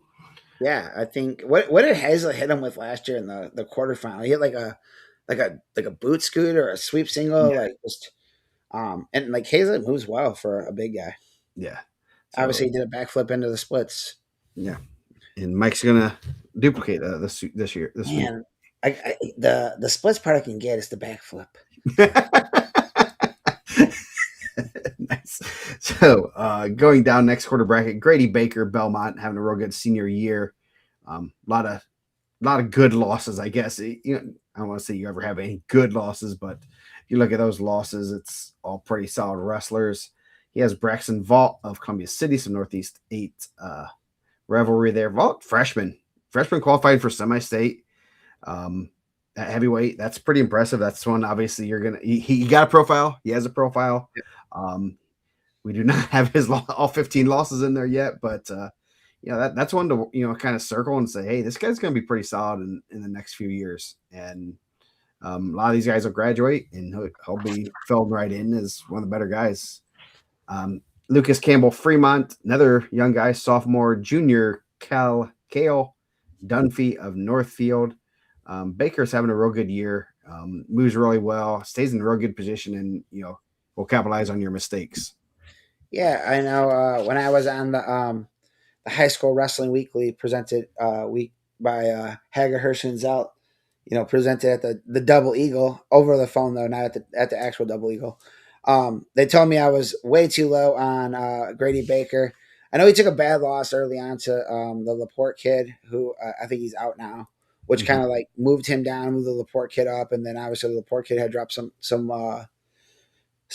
losses along the way that kind of pushed him down. But as it kind of settled, he was able to get back in. Was he 16 or 15? 16. But yeah, I think he's in a good spot there. I think he's tough, man. He's really good. So regional champ and the only guy with a state ranking in that quarter bracket. Yep. Bottom half bracket, Kyle Sommer of Elkhart, number 23 in the state. Senior, Colton Sisk of Tippecanoe Valley. Sisk, I believe, is a really big heavyweight. Tippy Valley used to come out to us too. You guys are taking all of our small schools. Yes. And then you got Braden Lothamer of Carroll, number 20 in the state, and Matthew Albertson, Winchester. Should be a good match, good one there. You could have a 20 and 23, 4 and 5 in the semi-state. Lothamer and Sommer both kind of really similar, similar like resumes. Lothamer, freshman, sophomore champ last year. Yep. Taking some losses, some decent. I mean, not like bad losses, but losses. I've seen him wrestle for a while that I kind of thought he would win those matches, and he didn't. So obviously, pretty solid sectional regional he has to go through. Wrestled a good schedule. Should be interesting to see. Sommer beat Declan Guard earlier in the season. Yep. Then didn't place at a tough Al Smith. So he's lost to Hartle Road. He lost to Baker. He lost to Dace McNeil. Lost to Kuhlman, Hartle Road. All guys that are still going. Yeah, and he's had some good wins over Damon Stearns, Aiden Pageant. Obviously, we said the guard. So he's had some good wins. So who's his four losses? You said Hartle Road, McNeil, Baker, and who? Kuhlman and Harder Road again. So three of those guys are regional champs, and the other guys are state semifinalists. So not bad for 4 losses. Yeah, yeah. So he's tough. So that should be interesting to see how that shakes out. Both just very similar. Just when you look at their resumes, and obviously I see Carol Russell a lot, so I kind of have a little bit of an interest in how those guys are doing, and kind of see their see their their progressions. So should be interesting how that shakes out. That's probably where that's where Lothamer wanted to be. Either that, I guess, on the bottom, either that or the other bottom half there. So and coming out of the summer, I thought Lothamer was going to be a top. I think he's probably started like a top 4 guy, right? He beat Tony Brooks at freshman sophomore state. He probably started at least top 5, and like starting the year in the preseason rankings, 14th, 13th in the preseason. Maybe not as high as I thought. He had a really good freshman sophomore state, like beat Tony Brooks, who was the defending freshman sophomore state champ. But yeah, like he's had some wins. He's had some losses. Like Joe Maverick's good. Reynolds is obviously good. Nolan Martin's still in the bracket. He pinned Ryan Dennegy. C. Riley, I'm not positive. Lost to Baker, lost to Reynolds, lost Cameron to Riley from East Central. So that was like one of those weird losses. Didn't really wrestle the best at Spartan. Yeah. So, but he's tough, man, and so is Kyle Sommer. Kyle Sommer obviously beat, and it was a pretty lopsided match against the Cullen guard. We do not want to match up with region. We do not want to match up on Friday night with East Chicago heavyweight. That is where we do not. Well, I think heavyweight. And I was gonna kind of get that, but like, you can draw Newcastle too, which I have Catfish, and I have possibly Jakari Markey has Joe Maverick, not Joe Maverick, not Joe Maverick, but what's the kid from Noblesville? Apple. Jackson Apple. Yeah. Like, I mean, it's solid too. And then, yeah, Markey, Dace McNeil. Yeah. I don't think, really, honestly, even you look at Evansville, you have Hayden Smith. Undefeated. You have Hayden Smith, Hank Redman, Keenan Mowry Shields, who's a big dude. The tank, Hank Manford, Osborne. Heavyweight's good. Yeah. Heavyweight's really good. I don't think there's any. The bad thing is you could almost see some of them. You could almost see it wouldn't be. It's not out of the question to think that one of the semi-states might blank another one at heavyweight, but it's not because they're that much better. It's just that's how the chips are gonna fall that night. Man, I think the only saving grace is I think the 4s are out of the 4 semi-states. I think the 4s aren't like locks to beat a champ. Yeah. Like I think, but I can see a lot of 3-1s. Yeah, I could see. Yeah, but also, it's not I don't think any of those 4s are out of the question. I think the 1s and 4s are, like you said, but I'm not gonna. I wouldn't be surprised if there's a 4/1 at heavyweight there. No, I'm not gonna sit there like, wow, I called that. I'm not gonna say I called it, but I'm gonna say I'm not surprised either. But like that's what I was saying. Like heavyweight, the depth of the weight is so good. Yeah. And it's like luckily it's not where there's like, oh my gosh, that's a death draw, it's terrible. Like you've kind of like got it separated pretty good. We might like legitimately get, minus upsets, like anything can happen. We might like legitimately get the best 16 kids there. Yeah. That might be one of the weights where you can say, of the top 20 kids, 16 of them are there. Whoever wins it, dude, they're gonna have a go because it's a good weight class. You're running out 3 undefeateds coming out of the semi-states, and the one semi-state that doesn't have an undefeated heavyweight has a defending state champion. And a semifinalist. And a semifinalist. And someone that just pinned the semifinalist. And someone that just pinned the And another semifinalist. And another semifinalist. That has to be the guy that just pinned the semifinalist. Yeah, yes. Yeah. And like you have 3 guys that are represented, like Catfish is undefeated. Coleman's undefeated. Hayden Smith's undefeated. Cameron Hazlett's the returning state champion. I mean, and his losses came out of state at probably one of the if not the toughest national tournament, high school national tournament there is. Yeah. And he had a good showing in Super 32. He got killed by Mako, but I mean a lot of people do. Yeah, yes. Yeah. So last quarter bracket of the Fort Wayne semi-state. Man, it's past midnight already. Logan 11, Smith. I was gonna say 11-11, make a wish. It's 11-11 here, but it's already passed. Sorry, guys. Logan Smith, North Miami, number 8 in the semi-state. Mason London of Northwood. Spencer Smitley of Jay County, and another freshman at heavyweight. He has Diesel, turning state qualifier from Garrett. So obviously Diesel's looking to punch his ticket again in a good spot there. I'm trying to figure out who he wrestled last year at semi-state. He lost to, I don't know who he beat, but that's this year. Last year at semi-state, he beat Heiner from Southwood, who ended up pulling out. So yeah, that sucks for Heiner. Yeah, so should be an interesting match. Obviously, Garrett. I think Logan Smith has a pretty solid year, and obviously he's wrestling with Hoover and Hoover and Simon. So pretty good upper weights there, as you alluded to earlier, and should be could be interesting. I'll see whose losses are too if I can have them. Yeah, and obviously we were talking about North Miami's going to make a run if they could pull that one off against Diesel. That could be huge for the team race. Yeah, I'm always sad when they're showing this like alleged assault at the Al Smith. The video, it doesn't have the audio, but you would hear me saying, "Now coming the mat, Diesel." Like that was actually a good plug right there. I thought that was good. Yeah, and, they whatever Channel 5 News or whatever South Bend News is robbed me of my audio fame. Yes. That's the real crime in that video. Exactly. The real crime is they didn't play the audio so they can hear me calling Diesel to the mat. Yeah. So it looks like he's lost to Nolan Heiner once, the Clan Guard, and so he has 4 losses. Patrick Kinney from TRCE, Triton Central. I told you there's too many Tritons out there, man. Yeah, TRCE and Decline Guard again. So 4 solid losses. Yeah. So they'll be in the database in here in a few minutes. So that's Fort Wayne. Yeah.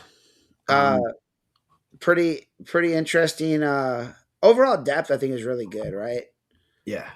Just solid across the board. There's going to be a lot of tick around matches. I think we talked about it at 106. Just the depth, I feel like, is getting better, where it's not like there's not a ton of blowouts in the tick around, or you're like not like a lot of flip a coin. I've never heard of this guy or this guy, and Caleb does a great job. I don't think we hit any quarter brackets that didn't have a ranked wrestler in it, which is good, for the rankings if we can, just hold up. Yeah. But Caleb does a really good job, and you can see that reflected in the semi-state rankings. Yeah. So I know he had a good showing, and obviously losing McVicker is gonna, hurt that a little bit. But I think percentage-wise, his was pretty high also. Yeah, should be pretty fun. A good tournament. Excited to go. Obviously, a great venue. We usually get a suite, so we can kind of stretch out. I can have my computer out. I'm going to be watching all the other semi-states. The sweet life of Joe and Caleb. Yes, and others. So it should be good. Good tournament. I'm looking forward to the team race. I think obviously Delta's the favorite, but all the other teams are going to be gunning for them. They're going to be hoping. Well, what Delta have? I want to see a good close team race that comes down to a Diesel wrestling in the finals or something, or the last couple weight classes where Garrett might need to win a third place match and pulls it out. It's always kind of cool. I know a couple years ago it kind of came down like that, and I think the 2 teams were wrestling in the heavyweight match, so it's kind of cool to see. Well, Delta's 6, 13, 20, 32, and 30 and 44. That's their big guns. I think Garrett probably matches that, right? Like Garrett's going to have, Diesel. They're going to have Fielden. They're going to have Swathwood. Now they're going to have some other guys kind of pull through there too. Yeah.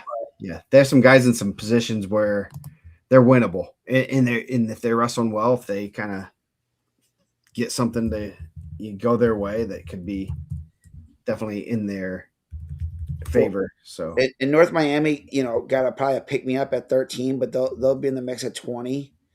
They'll be in the mix at 26. They'll be in the mix at 90, 215. I mean, it's going to be a good race. I think that's always one of the cool things about, and this isn't like, don't take this like in a bad way, but like that's one of the cool things about Fort Wayne is that you guys don't have the super team like Crown Point where it's going to be Crown Point, 197 and, the next closest, 100 or something where you're after the second round, you're like, well, it's Crown Point, so let's just see who's going to get second. Or outside of, Brownsburg or Center Grove, there's not like a lot of teams that are in the mix there at New or Evansville, and they can pound their chest and say everyone's so good there. We're the best semi-state. Like, yeah, cool. You guys got two nationally ranked teams, and everyone else is, hopefully wrestling for third, possibly. yeah, that's Unfortunately, it makes for a fun. one of those guys.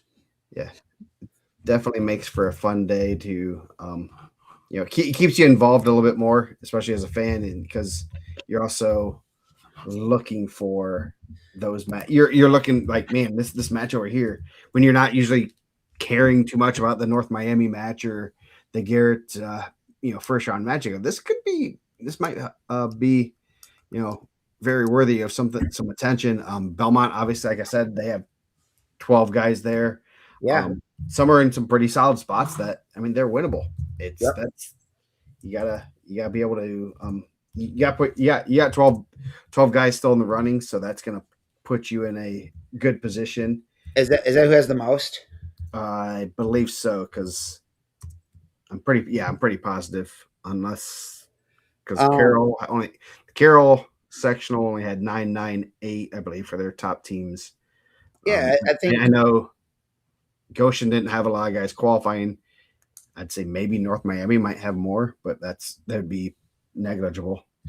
I think it's cool because I think it's like one of those things like you guys haven't. There's not like a team that's just like gobbling up all these wrestlers and making super teams. Yeah. Where it's still pretty spread out, and it's still you're not having to do a college roster to say where all your kids are from. Where they're what town they're representing for, whoever. I'm not gonna, for Calumet High School, which we don't recruit anybody. So, yeah. Or we didn't. I'm not representative of Calumet now, but I just didn't want to put anyone on blast of a team, and everyone knows who we're talking about. But it's just not that at Fort Wayne, which makes the team race a lot more interesting. Mm-hmm. Yeah, I mean, it's fun. So looking forward to a great day. Yep, it is 12:20 a.m. We'll be back tomorrow night, 4 nights in a row. This is gonna be fun. This is fun, but it's also tiring because and then you have the bracket reveal show on Sunday, so you're going to be doing, I did 12 hours of media last week, and you'll be doing something similar. Yeah, we got 2.5 hours here. Yeah, we got 10 hours, and then another 2.5 by Sunday. Sunday, that is at 4 p.m. Eastern, 3 p.m. slow time. So that's going to be. I get to be able to be there about noon, I believe, is kind of the general plan to peruse the brackets, and it'd be interesting if you did like a document like this. Ooh, just the reactions to the brackets, like I think that would have to be an off air with some swear words in there, because man, it's like one of those things that would be tough to manage. Yeah, it's always kind of cool. It's very cool the past few years doing it, as being one of the first ones to see the brackets and actually kind of understand what the ramifications are with them. Looking at team race. I know, like 2 years ago, seeing the brackets and seeing that some of the matchups between Crown Point and Brownsburg in the quarters, like, ooh, this is gonna and knowing kind of knowing how it played out and knowing beforehand, like, this is a match. This is given, Brownsburg doesn't have to worry about, a Garrett kid beating a Crown Point kid. They can do it themselves and make their life a little bit easier. So, but with that, we're going to get out of here. Thank you. One more thing. And just like as we're going through the bracket, and every year there's something that it just feels like that. There was a kid that passed away. He was a semi-state qualifier. He passed away before the season, and I thought he was a guy that we had in the rankings. We took him out right before because obviously it happened before we released the rankings. Ethan Feike of Eastside. I think that's a kid that could have been wrestling this weekend. I think that's a guy that's was incredibly tough. I know I was on a couple different teams through the area. I know he had participated in some summer stuff. I think those are always really unfortunate situations because like obviously you're a dad and I'm a dad, and you hate to hear that, and like you have so much stuff ahead of you, and really good wrestler. Like I know it happens in a lot of different sports, but I just that was one of those things as you're going through the brackets, you know that there's a guy that could have been in the mix because he was really good. So yeah, he would have been in that. Yeah, he would have been right in there, and like in the mix of punch a ticket to state. So definitely. I know I've heard some people kind of say he was a pretty good kid and everything. Everyone liked him. So tough thing to that is one thing as a coach I never had to deal with, thankfully, I guess. And that was my biggest fear as a coach. I will say I don't care about the losses in the ticket round, losses at state or whatever. That was my biggest fear as a coach, is having to deal with that. And coaches that have to deal with that, that's not something you want to have to tell your kids. Like I always, we joke around, but like I went to a pretty high school in a pretty tough area, and we lost a kid, not like on the wrestling team always. Every year I was in high school, like a kid in our school, and we only had a school about 550. A kid from our community passed away every year. We had a kid my senior year drowned in our high school pool. My brother's senior year, I had a brother and sister pass away. And I understand that that's one of those things that it's tough for community to deal with, and I know Eastside's not a huge community, so I know how, in retrospect, how it affected our family when my brother was wrestling as a senior, and the guys in the room that obviously knew us since we were kids. So, a guy that I know that would have been in the mix here. So just not like just one of those things like as you're going through there, and we talk about it, and you shout out all these guys in the bracket, but also remember, like, put it into perspective. There's a family that I think would have been there, and a kid that would have been there that doesn't get that opportunity, and it's appreciate every day. So yep. So thank you guys for joining us, and we'll be back tomorrow night.